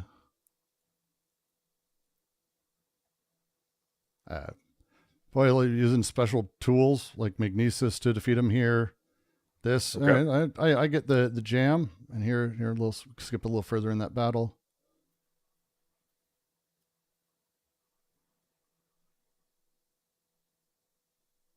Yeah, and then let's jump to Windblight. Okay. This is copied and pasted. Those look the same to me aesthetically. One's in a red room, one's in a yellow aesthetically, room. Again, that's so again. When you're dealing in a game, when you're regardless of all this other stuff, in a game when you're talking about the presentation of an enemy and its relationship to the environment and to the story, such that it has an interest greater than just this is the thing you're beating up right now, that involves more than just, oh, it's in a red room or in a yellow room, or it's shooting red lasers or yellow lasers. You can make red room or yellow room or red lasers or yellow lasers look extremely striking, as it's doing here. But that doesn't change the underlying point. One of the reasons why the bosses in like Bloodborne, as again a really great example of this, are so interesting is because there is implications and interest in the actual design. There is nothing to be interested in here. You already know everything about it in concept. Look, but you don't. They all attack differently. They all use different things. He's using specifically different types of things and mechanics that involve wind and involve all of that motion in a drastically different way than, say, Thunderblight. But they don't involve wind. They don't have any properties of wind. They're just lasers that are shaped. It blows you around. Literally, we just saw tornadoes. Yeah. That blow things around, and stuff gets blown around, and you get blown around. So yes, it involves wind very much. I can barely see this. This is so blurry on my end. Here, I'll say I can send you a link if you want. It's sure. Boop, boop, boop, boop, boop, boop. It's also a gold robot, but leaving that aside. See, and then there's the other side, which is the aesthetic choice of having a consistent world and an aesthetically consistent world that is playing towards a story. To say that it's lazy, again, may not be your story, but to say it's aesthetically lazy is also, in my mind, not true. It's much easier to make a wind-looking guy that does wind-stupid shit than it is to make 4 diverse characters that read differently even while you're battling them with different weaponry that all have the same aesthetic. I like how when you said 4 diverse characters, what you actually meant was 4 identical characters that have different. I see them as diverse. But you just said it'd be easier to make a elementally thematic enemy with. It'd be easier to make it. It is. It's much easier to make. Hey, look, here is here's a Pokemon that is electric. Here is a Pokemon that's plant. Here's a Pokemon that's fire. I just fire, add that. But they're fire completely this. they are completely different biological structures. That But have it's a completely easier. different relationship It's with their easier to environment. do that because you don't have to come back to a central theme and make things cohesive. It's far easier to make things that are disparate. That's not. But the central theme, what makes them hang on, coming back to a central theme, they're all just holding different colored tools that do the same thing. They're all no, they don't do the same thing. Again, we've been looking at it. It's fine. You can jump around, but the fire one actually utilizes fire not only in his level, but how he attacks. They hop in the air. explosions. They hop in the air, and they cause parts of the environment to explode. That's how they all work. They hop in the But it's air. They not. cause the environment to explode. But that's not what they're doing. That's this one, the fire blight, the first one. Yeah. Watch the movement of your character during this entire fight. It's exactly the same in every single case. There's explosions. You run around the explosions. You wait until he opens up. You hit him with a thing, and then you bat the eyeball. That's it. You It's always the bat same- the eyeball. You always go for the weak point. I'm in not every complaining Zelda. about batting the eyeball. I'm complaining about the fact that the path you get there is identical between all four of them. It just looks like vaguely different in color more than anything. Okay. They even fight them at the same height. Like they're all the same. You fight them in an area that's generally the same, yes. But Yeah. So that's in- all environmentally, they're bosses in Zelda uninteresting from now. each other. Now we're going to like. Yeah. So where's the explosion in this one? I'm waiting for it. The explosion that happens on the ground. See, you were shooting arrows, took them down. Different thing in the other one. The explosions are the tornadoes. They're just that's what the explosions are now. All right, so it's basically you're It's saying a wind in boss. all They're these more games, interesting the with enemy has things you have to dodge. How similar?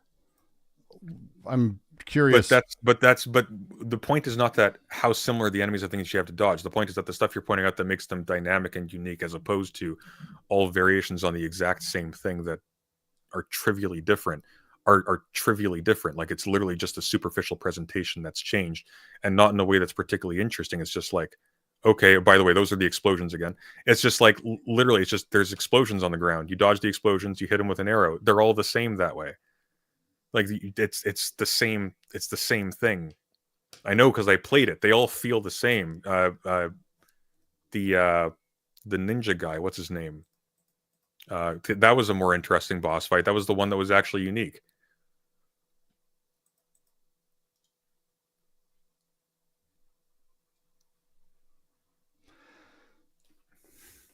I thought this design was a mess. I like the face, but I thought this was a mess. Again, I adore this game, and I disagree very I can't much. stand. It's just like, oh, he's a centipede for some reason. Oh, why? What's the relevance? Why is the bad guy a centipede? What's the motive of the bad guy? There is no motive. It doesn't matter. And then it's just canon. for the legacy reason, there's a giant pig that you shoot with arrows. It's canon. Yeah. Yes, there's a story world. There's You also don't- a you guy don't named climb Link. it. You're also a guy named Link who has a green outfit, which I You guess don't. is You just gotta- lazy you gotta- shit. No, you got a blue outfit in this one. How lazy? They couldn't make it like 3 colors. Well, they couldn't make the green outfit interesting. There, they distinguished themselves by just making it blue. It's blue now. It's it's not super creative. It's like I find it interesting to have to like translate old stuff in new and dynamic and refreshing ways, not cut away stuff to make room for like generic open world tropes. Again, which is that you what this see is it full of. as cutting away stuff is a fundamental misunderstanding of how the mechanics are built in the first place. But the Like, that's- mechanics, but just to be clear, like the mechanics themselves, every single one we've been looking at here, they aren't new. These aren't things that like are new for developers to engage with. They're bows and arrows, bombs, and not a hook shot, not iron boots, not all of these things that had like literally we're looking at boss fights. And again, if you want to talk about places that they are but different, that's the point though. Boss fights are supposed to incorporate the unique elements that and you they develop do through in a- each one of them. In each they one of them, don't. you use the abilities, and they do in the video. But They you use the don't. abilities. They do. But you don't though, and this is again one of the reasons why they're so generic and so bland is because it is an entirely flat world in which there are no actual conditions to progress. But the cost of this is that you can't progress anywhere interesting because you have to be able to use the exact same basic starting moveset to navigate everywhere. One of the reasons why bosses in older Zelda games were You're interesting describing was the thing because- that's good. No, that's the thing that's bad, because one of the interesting things about environments in older Zelda games is that your interaction with the environment changed radically based on these tools. It changed the nature of the three-dimensional space you were moving in. That's not the case here. It's always the same, which is why every single boss fight can only cause explosions on the ground that you are able to run around, because they've designed the game so that the entire world is dumbed down for a look, you're using an ability right now to that attack. doesn't have what's that? Nothing, just showing a moment where you use the abilities of the world and the things to attack the boss. Let's see. Okay, so he already did it. Open Magnesis, and now he's okay. using cryosis. What is he doing exactly? I can barely see this. It's very blurry. That's okay. You can watch through it. You can, again, be creative throughout these things, and it's what I liked about all of it. Sure. Thunderblight especially. What did he do though? Thunderblight especially, I think, is a fascinating one. Because do you know why Thunderblight is most? Why? Go on. No. No. I want to see. No. You interrupted me, please. No, but I want to see it first. You were going somewhere. Nope. You interrupted, please. Nope. You thought you had an answer. You thought you knew where I was going. Let's see. Why did you interrupt me? Come on, go for it. You got a point. I'd hate to do that. You have a point. I confused Thunderblight and Windblightness for a second in my head, so I want to know what you're going to say about Thunderblight. Thunderblight, as in all of the bosses, the ability for you to use the environment and to understand your powers to attack is actually pretty significant. And it's, I think he actually does do it. 1 second. Because you have he throws the, he throws the pillars down at you, and it's a thing that can damage.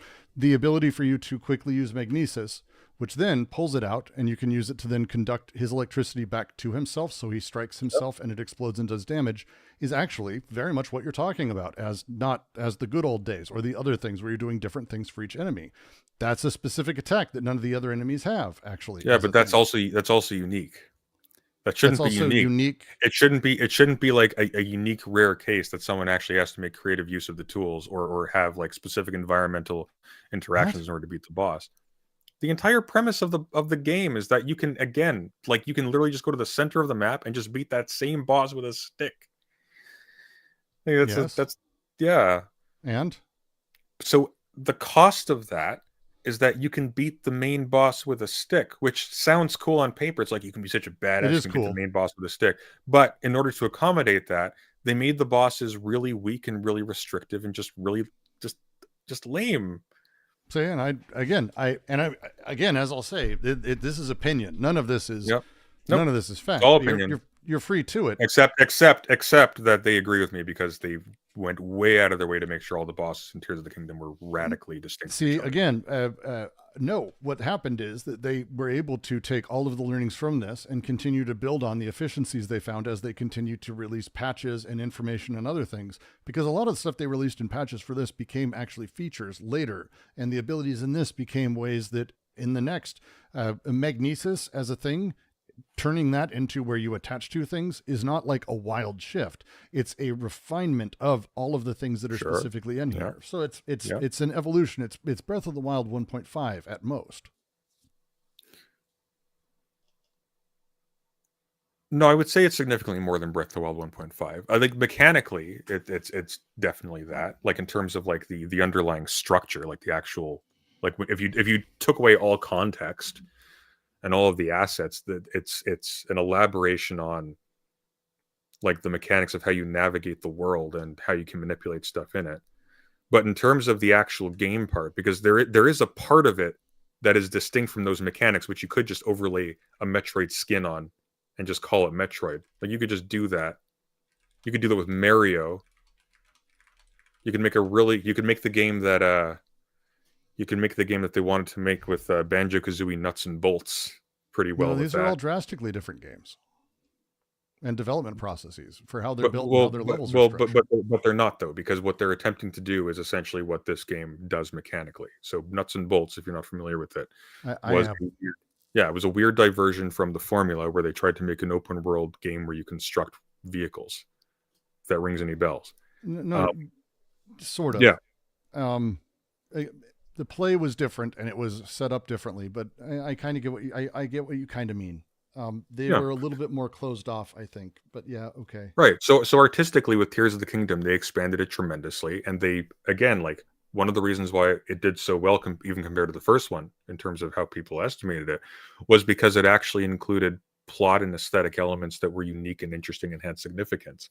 It wasn't just a sandbox, and that was actually kind of important. Now, one of the ways they actually overcame the flatness of the first one is they involved like these massive 3-dimensional areas that were a lot more difficult to traverse than before. And that was also very interesting. It's sort of substituted this in a way is, if you want to talk yeah. about difficulty as a thing, I've never played Zelda to like be challenged. I've played it to have puzzles to solve that I'm able to make my way through, that I find general fun with. And again, it's why I think Breath of the Wild is a masterpiece. I think Tears of the Kingdom equally so. I really, really, Tears of the Kingdom, if it wasn't for that first hour where they overdid tutorials on that fucking series of floating islands, it would be almost perfect. That was too long.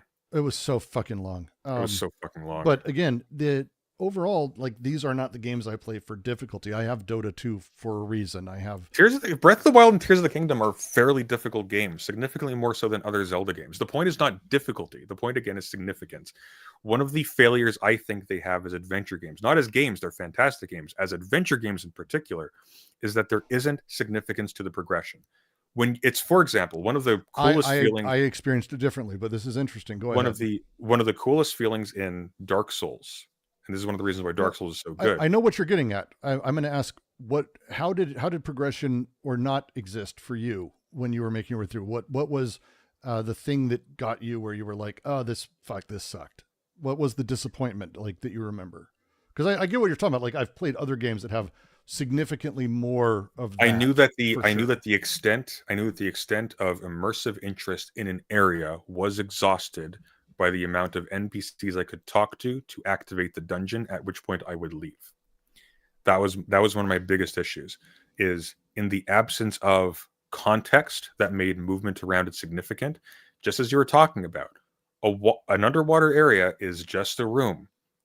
This made an underwater area, or a water area, if you will, just a room. And I was aware of that throughout the entirety of the thing. This is a Zelda-themed setting that is used as an excuse for these technical experiments, which I'm in principle fine with, except that as a consequence, we're not getting actual Zelda adventure games anymore. We're getting some fairly well-made open world games. Well, so this is where I think we're talking about a divergence of what we enjoy in them. So for me, and if you haven't noticed, I've mentioned it a few times, but the original Zelda stuck with me because there was no signposting. Explicitly, there was no signposting. Go here, here's the next step, here's the next thing. That, over time, I think Majora's Mask did a very good job of it as well, but it got more signposty over time. Oh God, you need to find this for me. Oh no, I need this thing. And Ocarina kind of is super, not that they did it badly, but just it's very guilty of like signposting. And that thing, I think Twilight Princess, good, but I think Twilight Princess was actually the beginning of the end. Twilight Princess was good, but it didn't actually represent was super signposty. It also wasn't an evolution of the formula at all. And I think one of the problems there, and this is something a lot of people forget, is like back then, because the issue about graphics wasn't like it wasn't like, are the graphics good or are they immersive? It was, does this look like real life yet? There was a very strong pressure to try and make stuff as quote unquote realistic and dark and gritty as possible, as if that made it double plus better. And partially it was also reacting to the negative stuff. I would say what I would say is actually that's like, to me, almost an end of an era, because the game that did it would be Skyward Sword. Which is Skyward Sword is something totally different. Skyward Sword is bizarre because that was actually developed by the guy who directed Spirit Tracks and what was the Phantom Hourglass, and it was effectively designed as something like a mobile game on a console. It was really weird, but and it was they carved very away linear. And sorry, it wasn't very linear. It was a very linear game. It was very linear, but moreover, signposty. As we started getting into the new Zelda, Spirit Tracks was great. I would have preferred a bigger budget Spirit Tracks than what we call the Oof. Skyward Sword, personally. Oof. You didn't like Spirit Tracks? Oh, yeah, I could probably agree with that. Spirit Tracks is great. I'm not a fan of Skyward Sword. Yeah. Okay, go on.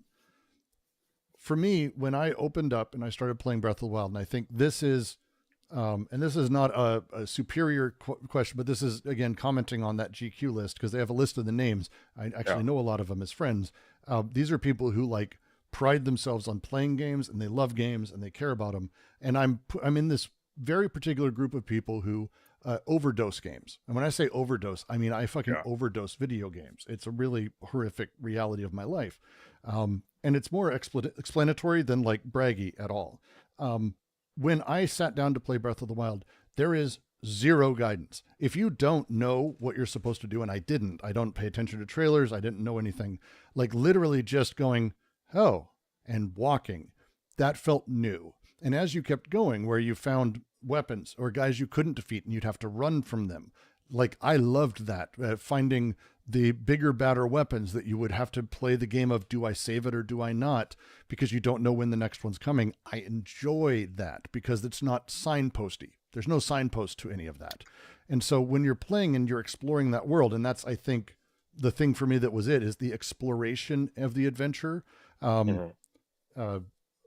be curious to know your thoughts. I've been playing the new Assassin's Creed. Oh, I think the new Assassin's Creed has a mode where there is no signposting.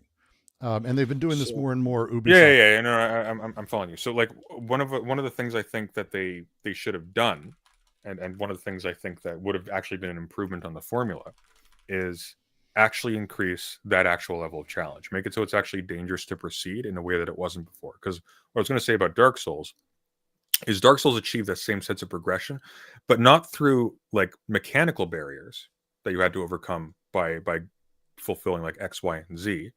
But by just making it extraordinarily difficult to survive getting to that point.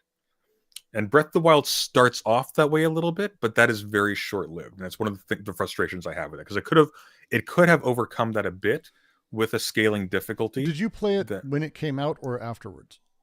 I played it on the Wii U. Breath of the Wild? Breath of the Wild, yeah. Oh my. I played Tears of the Kingdom when it came out on Switch. Because again, it's just interesting. I'm playing the new Assassin's Creed, which, by the way, I think is excellent. And I haven't said that in some time for an Assassin's Creed game, but it's because it does a lot of that same thing. I haven't been following the quest lines, and it's got a really interesting quest system that kind of, as you do things, even if it's late down the road of a quest, no quests are linear. Instead, they're kind of these like balls on a map, like circles. And I accidentally killed a crime boss leader that is like part of a large quest circle, but the quest isn't done because I only killed the leader. I still need to unearth the conspiracy. And that kind of thing, it gives this open-ended, I don't know if I'm supposed to be where the developers want, which, by the way, this is like the hardest kind of game to make as a developer. That cleverness that you feel when you do it, the best game besides that did it, I think, is Portal 2. Portal 2 is like the king of this, because there's a moment in that game where you're playing and every person who, I don't know if you beat it, but if you did, there's a point in that game where you're like, I don't think they meant me to be here. You realize later you're stupid, but there's like multiple times where you're like, oh my God, I figured out something I'm not supposed to be doing. You feel like you're going beyond what was permitted. And it's a very clever thing, and it's a good emotion.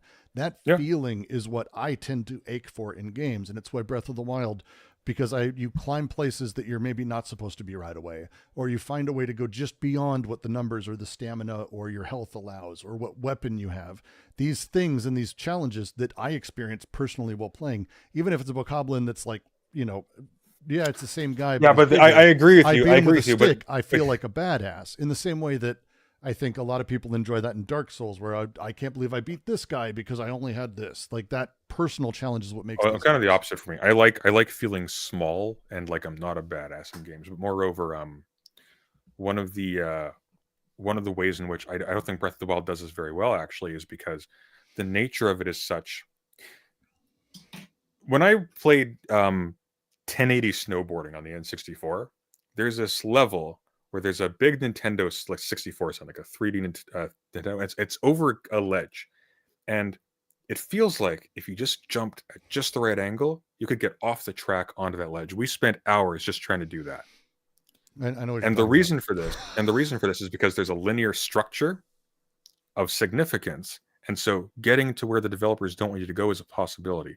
One of the problems with Breath of the Wild is that because they designed it so that there is literally no significance to a literal mountain, because you can just climb it with your fingers, is that there's not the possibility of a place the developers don't want you to go, because the developers designed it specifically so that there is nowhere to go that they don't want you to go. Correct. So that's one of my problems with it, is because it's like you get to some like really high point in the distance that you see in I don't know, something lame like Skyrim. That's interesting because the nature of the game is literally that it is, you will know that the game is rich full of like stuff to find that you will want to find, but also that the game was designed with particular paths in mind, but allows you enough freedom to sort of overcome them. The difference with Breath of the Wild is that it flattened its world so that there's no difference between these, so that the range of secrets to find is actually really small, because you may find lots more secrets in aggregate, but all the secrets are the same one, just copy and pasted. And I'm not a fan of that. Someone mentioned it in chat, and again, this is where, this is why this is a lot of this and how it comes together. I believe is personal taste. Someone mentioned is Death Stranding, which is ostensibly would be in the same category. And I fucking hate that game. Like I actually. Yeah, I know. I remember. And I hate a lot about the game, and I have huge issues with it. I appreciate parts of it, but we had someone come on. Oh yeah, a long time ago. We had someone who won't be named come on a long time ago and talk about their love for the game, and Brooks just comes on and just shits all over it. He's just so incensed by its existence. I hate that game so much. And again, it's a personal thing. This is not me saying it's bad naturally. It got personal. Oh, no. I appreciate what Kojima does generally. I think he's a hack writer, and I appreciate his developers more than him, I think would be the way I'd phrase it. They put a lot of work into those games, Brooks. He's a hack writer. Wow. I mean, wow. What does he name his characters? Mr. Parcelman? How about USP, Madam USPS? I think that's their names. What's that? Gold Jawman is, I think, one of the characters' names. You'd be Sundayman. I'm Brooksman. He's such a good writer. His developers I have a lot more. But again, it's a personal thing. If Thunderblade Ganon was called Thunderman, I would respect him more. Fuck you. I mean, that's a Kojima name. That's actually probably how he named his characters in the new one. I appreciate a lot about him, and Metal Gear Solid is one of, I consider, the greatest masterpiece series of all times. I just have issues, but this is why you get into that. The milieu of parts that make the thing up is very unique. And that unique fingerprint that is Breath of the Wild, which I do agree was actually made better in Tears of the Kingdom, but I do consider this a masterpiece for its various reasons. That thing that's being played at, its pressures, its setups in different ways hit people differently, like sort of by nature. Oh no, and just to be clear, like, Breath of the Wild is an exceptionally good game. I'm not disagreeing with that for a second. I'm just saying there was stuff that was lost in translation, and one of the reasons why it's not as signposty is because there's less to put a sign up for. But I agree it's a problem with later Zelda games. But like that's the common thread. And in terms of it being like a recreation of the original Zelda, I agree. My point is I don't find that super compelling as a commendation for it, simply for the fact that the first Zelda was so primitive. It's like it didn't have that stuff there. And yeah, for its time, it did things differently. Like, yeah, sure, it's not. I know it's not a top-down shooter, but there's a reason why it's not a top-down shooter. It's not because it's not a top-down game where you're shooting things, because you are. It's not a top-down shooter because you're supposed to be in a world exploring. That's the context, and that is on paper the context in Breath of the Wild. I think the mechanics overtake it at that point, in the desire to open it up in that particular way, where it ends up undermining that immersion for that reason. Not on this, at the No, macro scale, and at it's the it's a particular mod of our chat has been mentioning that this is like we're talking about ultimately kind of resentment at play. I can actually bring it back to that because of my the biggest reason for me, and it is 100% resentment. I'm not going to say otherwise. My like issues with Death Stranding is that I keep thinking to myself, this is the game he had no oversight on.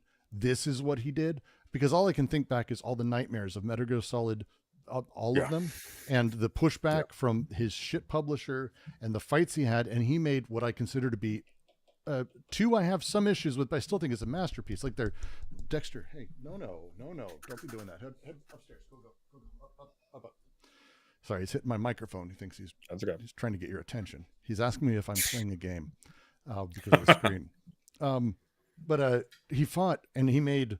I mean, Metal Gear Solid 3 is perfect. Metal Gear Solid 4, for all of its challenges, is extraordinary. I believe it's perfect, huh? I mean, Metal Gear Solid 3 is fucking flawless. 1 is maybe the best of the series, also flawless. I'd be hard pressed to talk about issues with 1, 3. I could talk about issues with 2, 4, and 5. Did the 3 remake come out? Was that good? 3 remake is, I think, still on its way. Okay. Don't look up anything. Play it clean if you've never played it. Snake Eater. Yeah, don't try to play it clean. But these are the things he made under excessive pressure. And I have a belief that the challenge you run into with people who are and again, he made them work. And he made them work because every time he pushed back, he had to make cuts, he had to make choices, and he knew how to do it really well. And he came out with just gold every single fucking time he did this.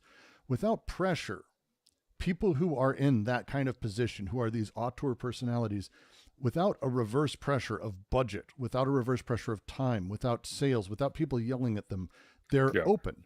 And this is what he did. And all I can think is the frustration in my brain of this is the thing, because this is not what I was hoping he would spend his time on.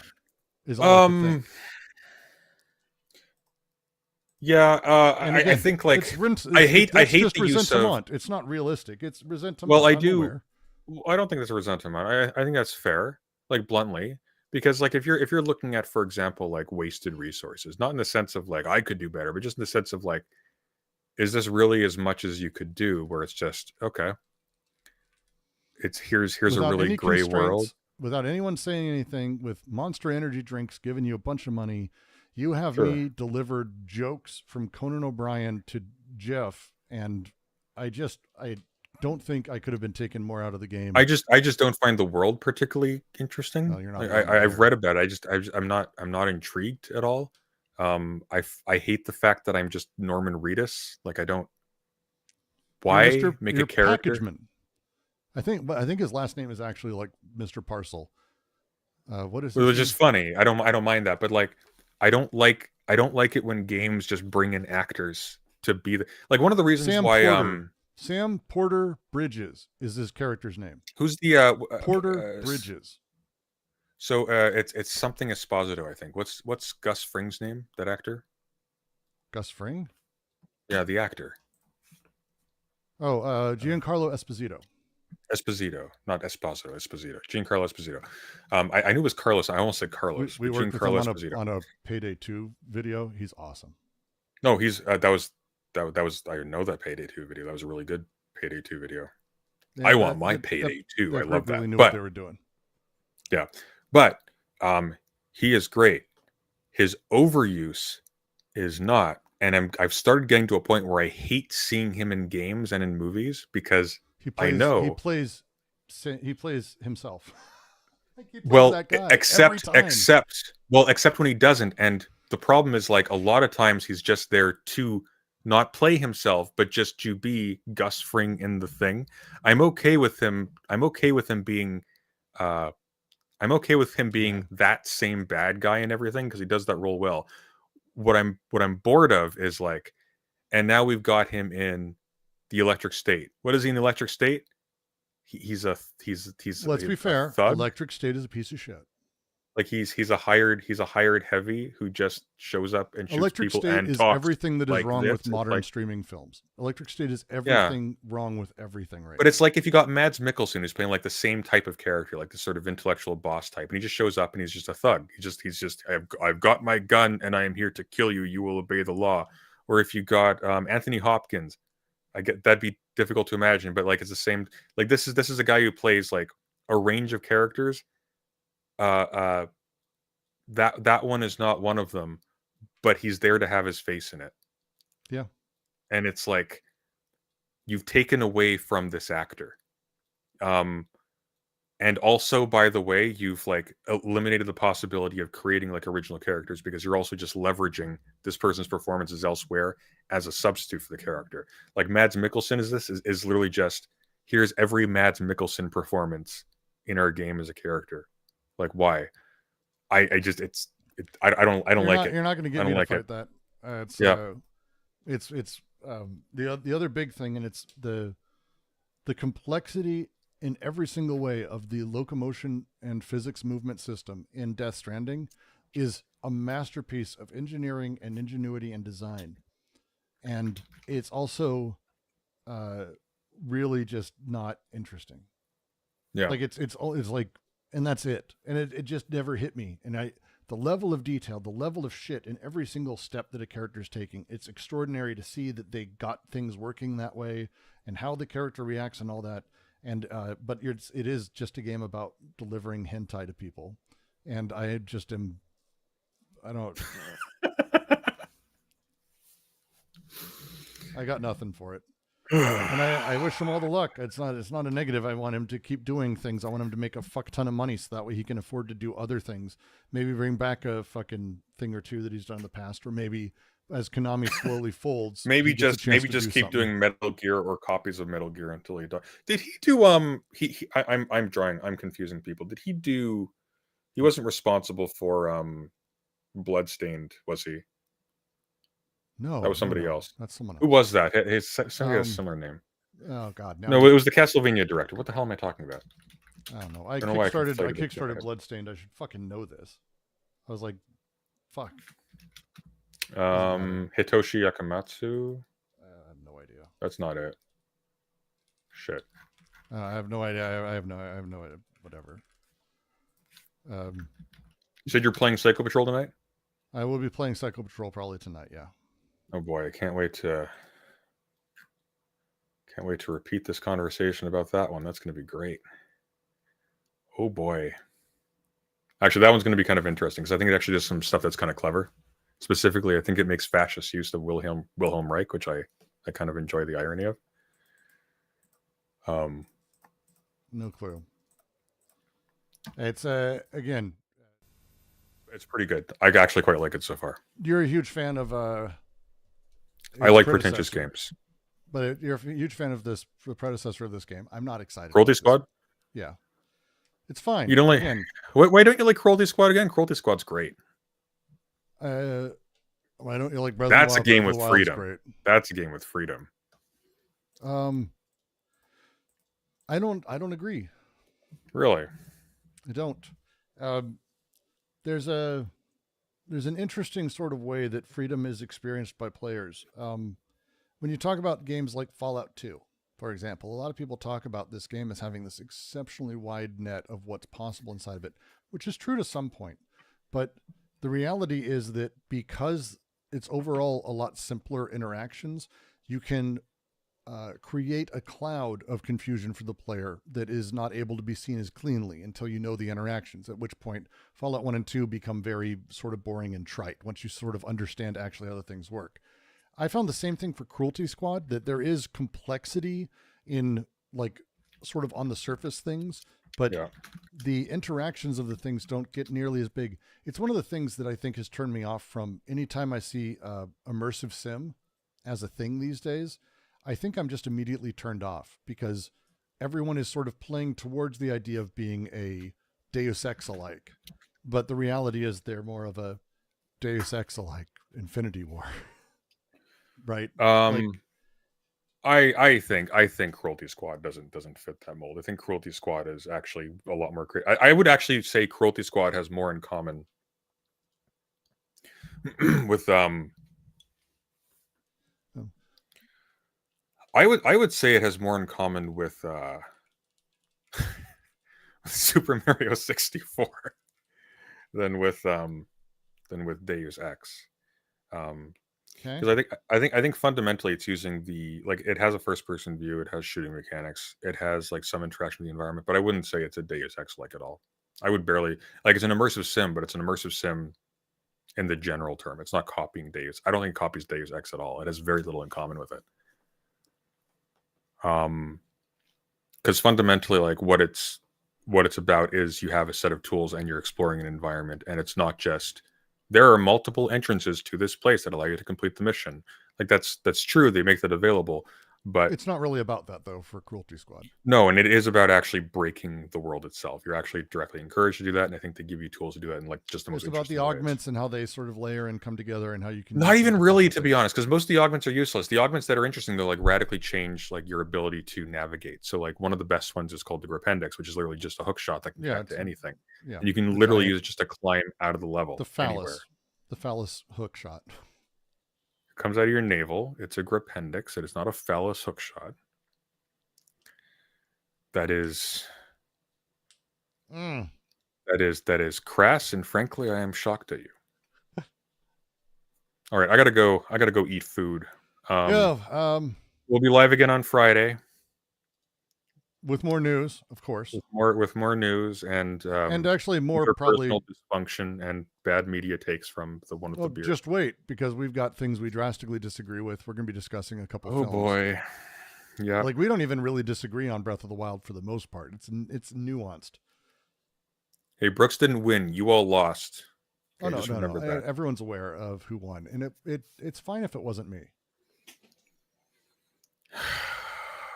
If you haven't subscribed to the channel, where are we at now? I haven't checked. We are a mere 58 away from getting to monetizable status. If you haven't subscribed, please subscribe. Like and share the stream so that other people will subscribe, because you haven't made alt accounts and subscribed twice like you would if you actually cared. I've been trying to do that all day. It's just tiring.